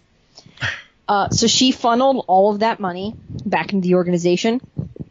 She also threatened, so she would threaten these girls she brought into it. She said that she would release collateral that she had gotten on them. So she basically found out things about them, blackmailed them. She said, if you don't sleep with him, the leader, I will tell everyone. She told them if they refused her orders, if they dated other men, if they left the group, or if they refused sex with him, they would be destroyed. She had women were in her quote unquote slave pod and branded, like I spoke about before. Everything just sounds so gross. It's very gross. It's very, very gross. Yeah. Okay. Yeah, it's super gross. Anyway, she's going to jail. I had rewatched Smallville recently, and knowing all of this stuff, and I can still enjoy Smallville, but it is hard to see her, and it's weird because now, if you see pictures of her, if you look her up now, she's it kind of helps a little bit because she's going back to I think natural hair color of brunette. So she looks like a different person. She also looks raggedy as fuck. All of the pressure is messing with her and everything that. I can only imagine what this is doing to her. Oh, and I'm sure that she hasn't treated her body right because he put all of these disgusting expectations on all of these women. Yeah, so she just does not look healthy at all, which I don't have sympathy for. She chose to do this. She was indoctrinated, but she also, was holding other people hostage. So she deserves to go to jail. She needs to go to jail for this. The question of how long is up in the air, and that's obviously for people who are much more informed on such things than I am to figure out. But I'm so fascinated with it, and I just found out that there's apparently a podcast on NXIVM. And oh shit, I gotta listen to that. There's a lot to cover there, but what really frustrates me is the fact that, people like her and like R. Kelly that do keep women against their will for sexual reasons or whatever, they almost try to explain it away with, it's a mental health thing. It's a mental health thing. It's yes, we care about that aspect, but also these are victims. These are people that have been taken against their will or have been brainwashed. And now we have to think about what's best for them, ultimately. Yeah, and that doesn't, like, if someone who was in this cult that they had was brainwashed or dealt with psychological issues and then had PTSD and then went out and started their own cult, they would be responsible for that action too. Exactly. You're responsible for the things that you do. You're responsible for the harm that you do to others. Yeah. That to me, it's not going away, but you do have to take that into consideration as far as treating people. I think that it's very easy for us to go, let's lock them up and throw away the key. And my philosophy is, okay, I want her to go to jail. What she did was wrong. She needs to go to jail. I also think that there needs to be a therapist in jail that's like, we need to help you. Like, you need a psychologist in there.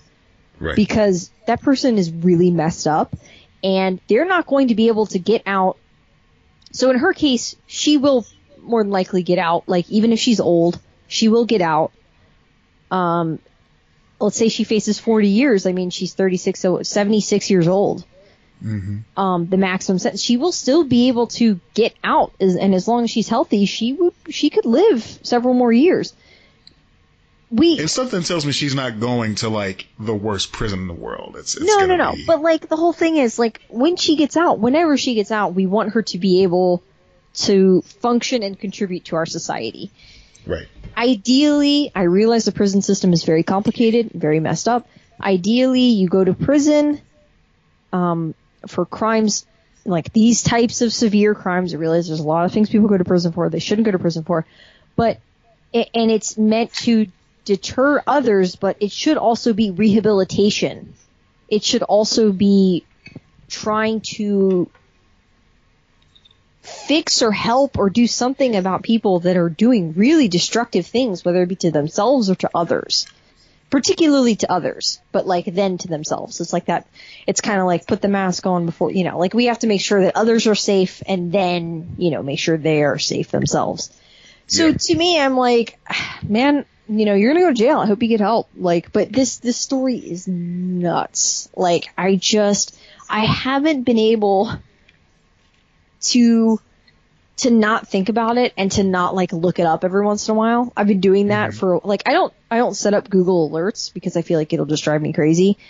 But I do look up things every once in a while. So like I'll revisit like, something like this. And yeah, I've been very curious about it. So this is the biggest development.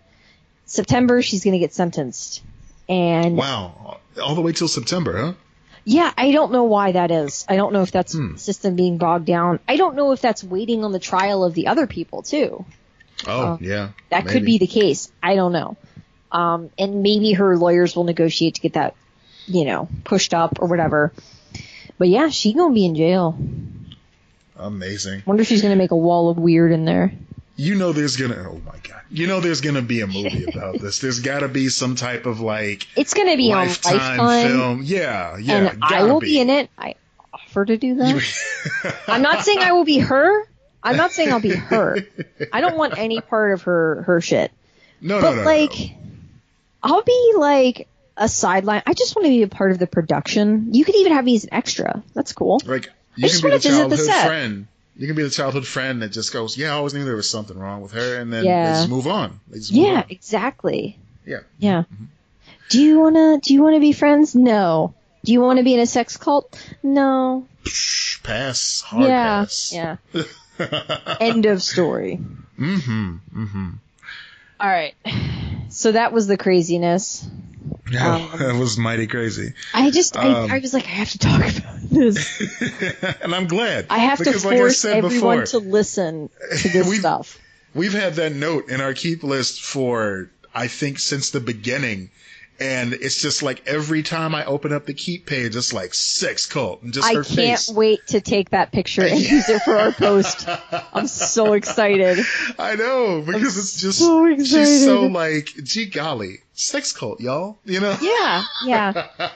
Somebody saved me. Somebody saved me from the sex cult, y'all. She just looks very just down home. Oh, yeah. That picture. Oh, yeah. Just so oblivious. But you can kind of see in her eyes, there's something else going on there. Oh yeah, she's got a little shark-eyed deadness. She's always had that, even on Smallville, where it's whoa, fuck. Back up, Clark. Yeah. Hold on. I was never into Chloe, and now I know why. I kind of was. I don't know what that says about me. I think everyone really was. I was like, no. Yeah. I was always Team Lana, and then Lois came in, and I was like, everyone else sucks. No, man, I was anti-Lois because I'm like, well, because she signified the end to me. I think that's what it was. It was I wanted them to explore their relationship deeper than what we knew in the comics and previous iterations, and they did, and that's why I loved it. It's just funny because, like, in the comics, and I don't want to like start going, oh, Smallville sucked because of this. It just was funny. Yeah, why don't you fucking try, see what happens? Because everything in his life came to him in Smallville. It was yeah, sure. It was like his entire life was laid bare before him from the fucking barn. It's like, dude, go to hang out in Metropolis a little bit more, man. See the people. It's great. Yeah, Smallville was very heavy on destiny, very heavy on some things are meant to be.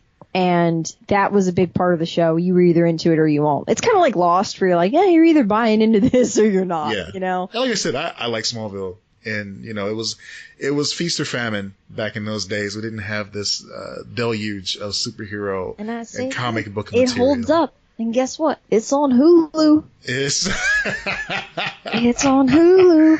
Man, Disney, let me tell you. Oh, that was weird. Was that a dog? I don't know what that was, but... Check on BMO. It was his bowl. Oh, it was a bowl. Okay. It was just a squeaky bowl. That's all. It's fine. Okay. Yeah. So, no, Disney Plus, man, they're kicking ass. I mean, Hulu's great. I'm curious. Netflix is great, but yeah, I'm in. And then the price, $6.99. Come on, you can't even see wrestling for that cheap. WWE Network is $9.99 a month. Okay. DC Universe, I think that's $10 a month. CBS is $10 a month. Oh, I think it's at least that, if not more. Disney coming in aggressively with that $6.99. It's going to go up in price in like 3 months, bud. Oh, yeah. But, lock your payments in now. Shoot. You're not going to be grandfathered. Oh my God. Okay. We've already discussed our graphic game plan, novel challenge. Yeah. Moving on. Let's get to that. Who we sponsored by? We are sponsored by Third Coast Comics. If you are in the Chicago area, come on down to Third Coast Comics in the lovely Edgewater neighborhood, where every book, every graphic novel that we've mentioned in our graphic novel challenge is, what did I say, 10% off? 15? 10%. To 10. Sorry. 10% off. No, I'm sorry. It's 10. Don't listen to me. Guys, you should know by now. I know nothing. But yeah, Terry Gant, great shop owner, great shop keep, cool dude. If you don't like the suggestions that we give you on the show, he will lead you to something of quality. Sometimes I just walk in and he puts books in my hands. And you know what? He's usually right. The man does not lead you wrong. Yeah, like that. That's awesome. So what you picking for this week? So this week I'm going old school because I was excited. Speaking of streaming services, one that we oft forget about is Amazon Prime. And we forget about Amazon Prime because it comes with our Amazon Prime. Yeah. That's why. We don't pay for it separately. It's like the GameCube. All I did was use it to play Smash Brothers. Every time I go on there, I'm like, I want more Maisel. I want more Marvelous Mrs.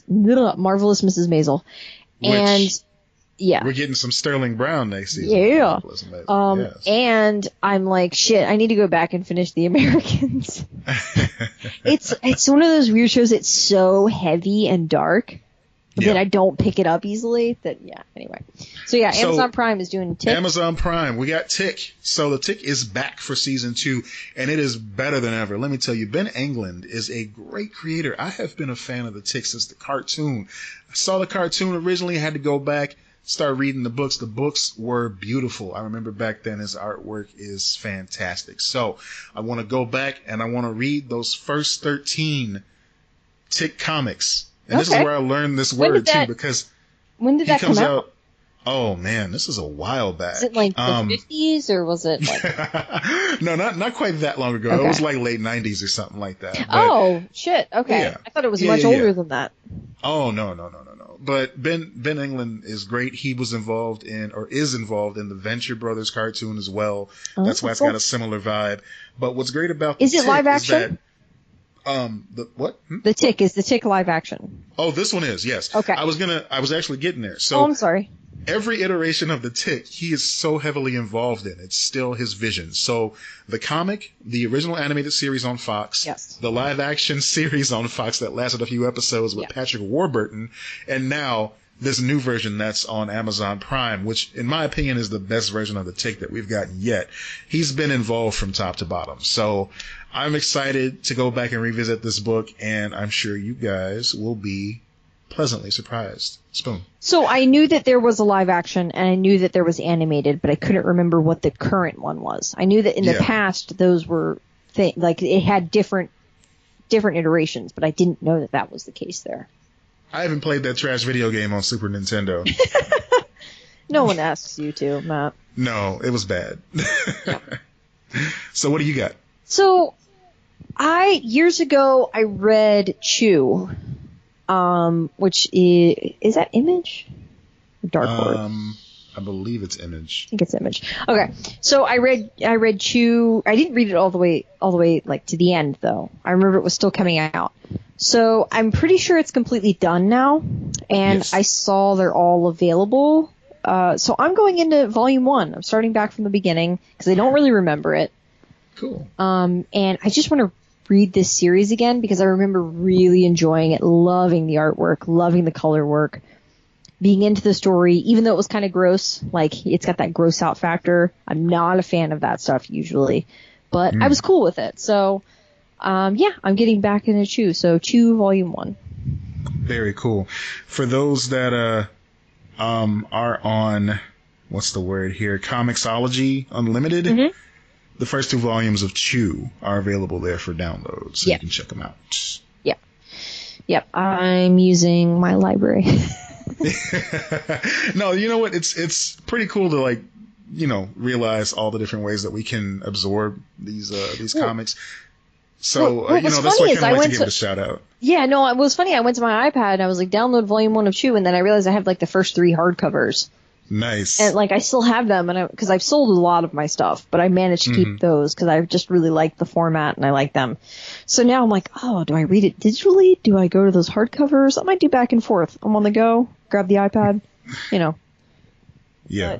I'm excited to dive back into that. That might be my picks for a while too. I don't know how that'll go.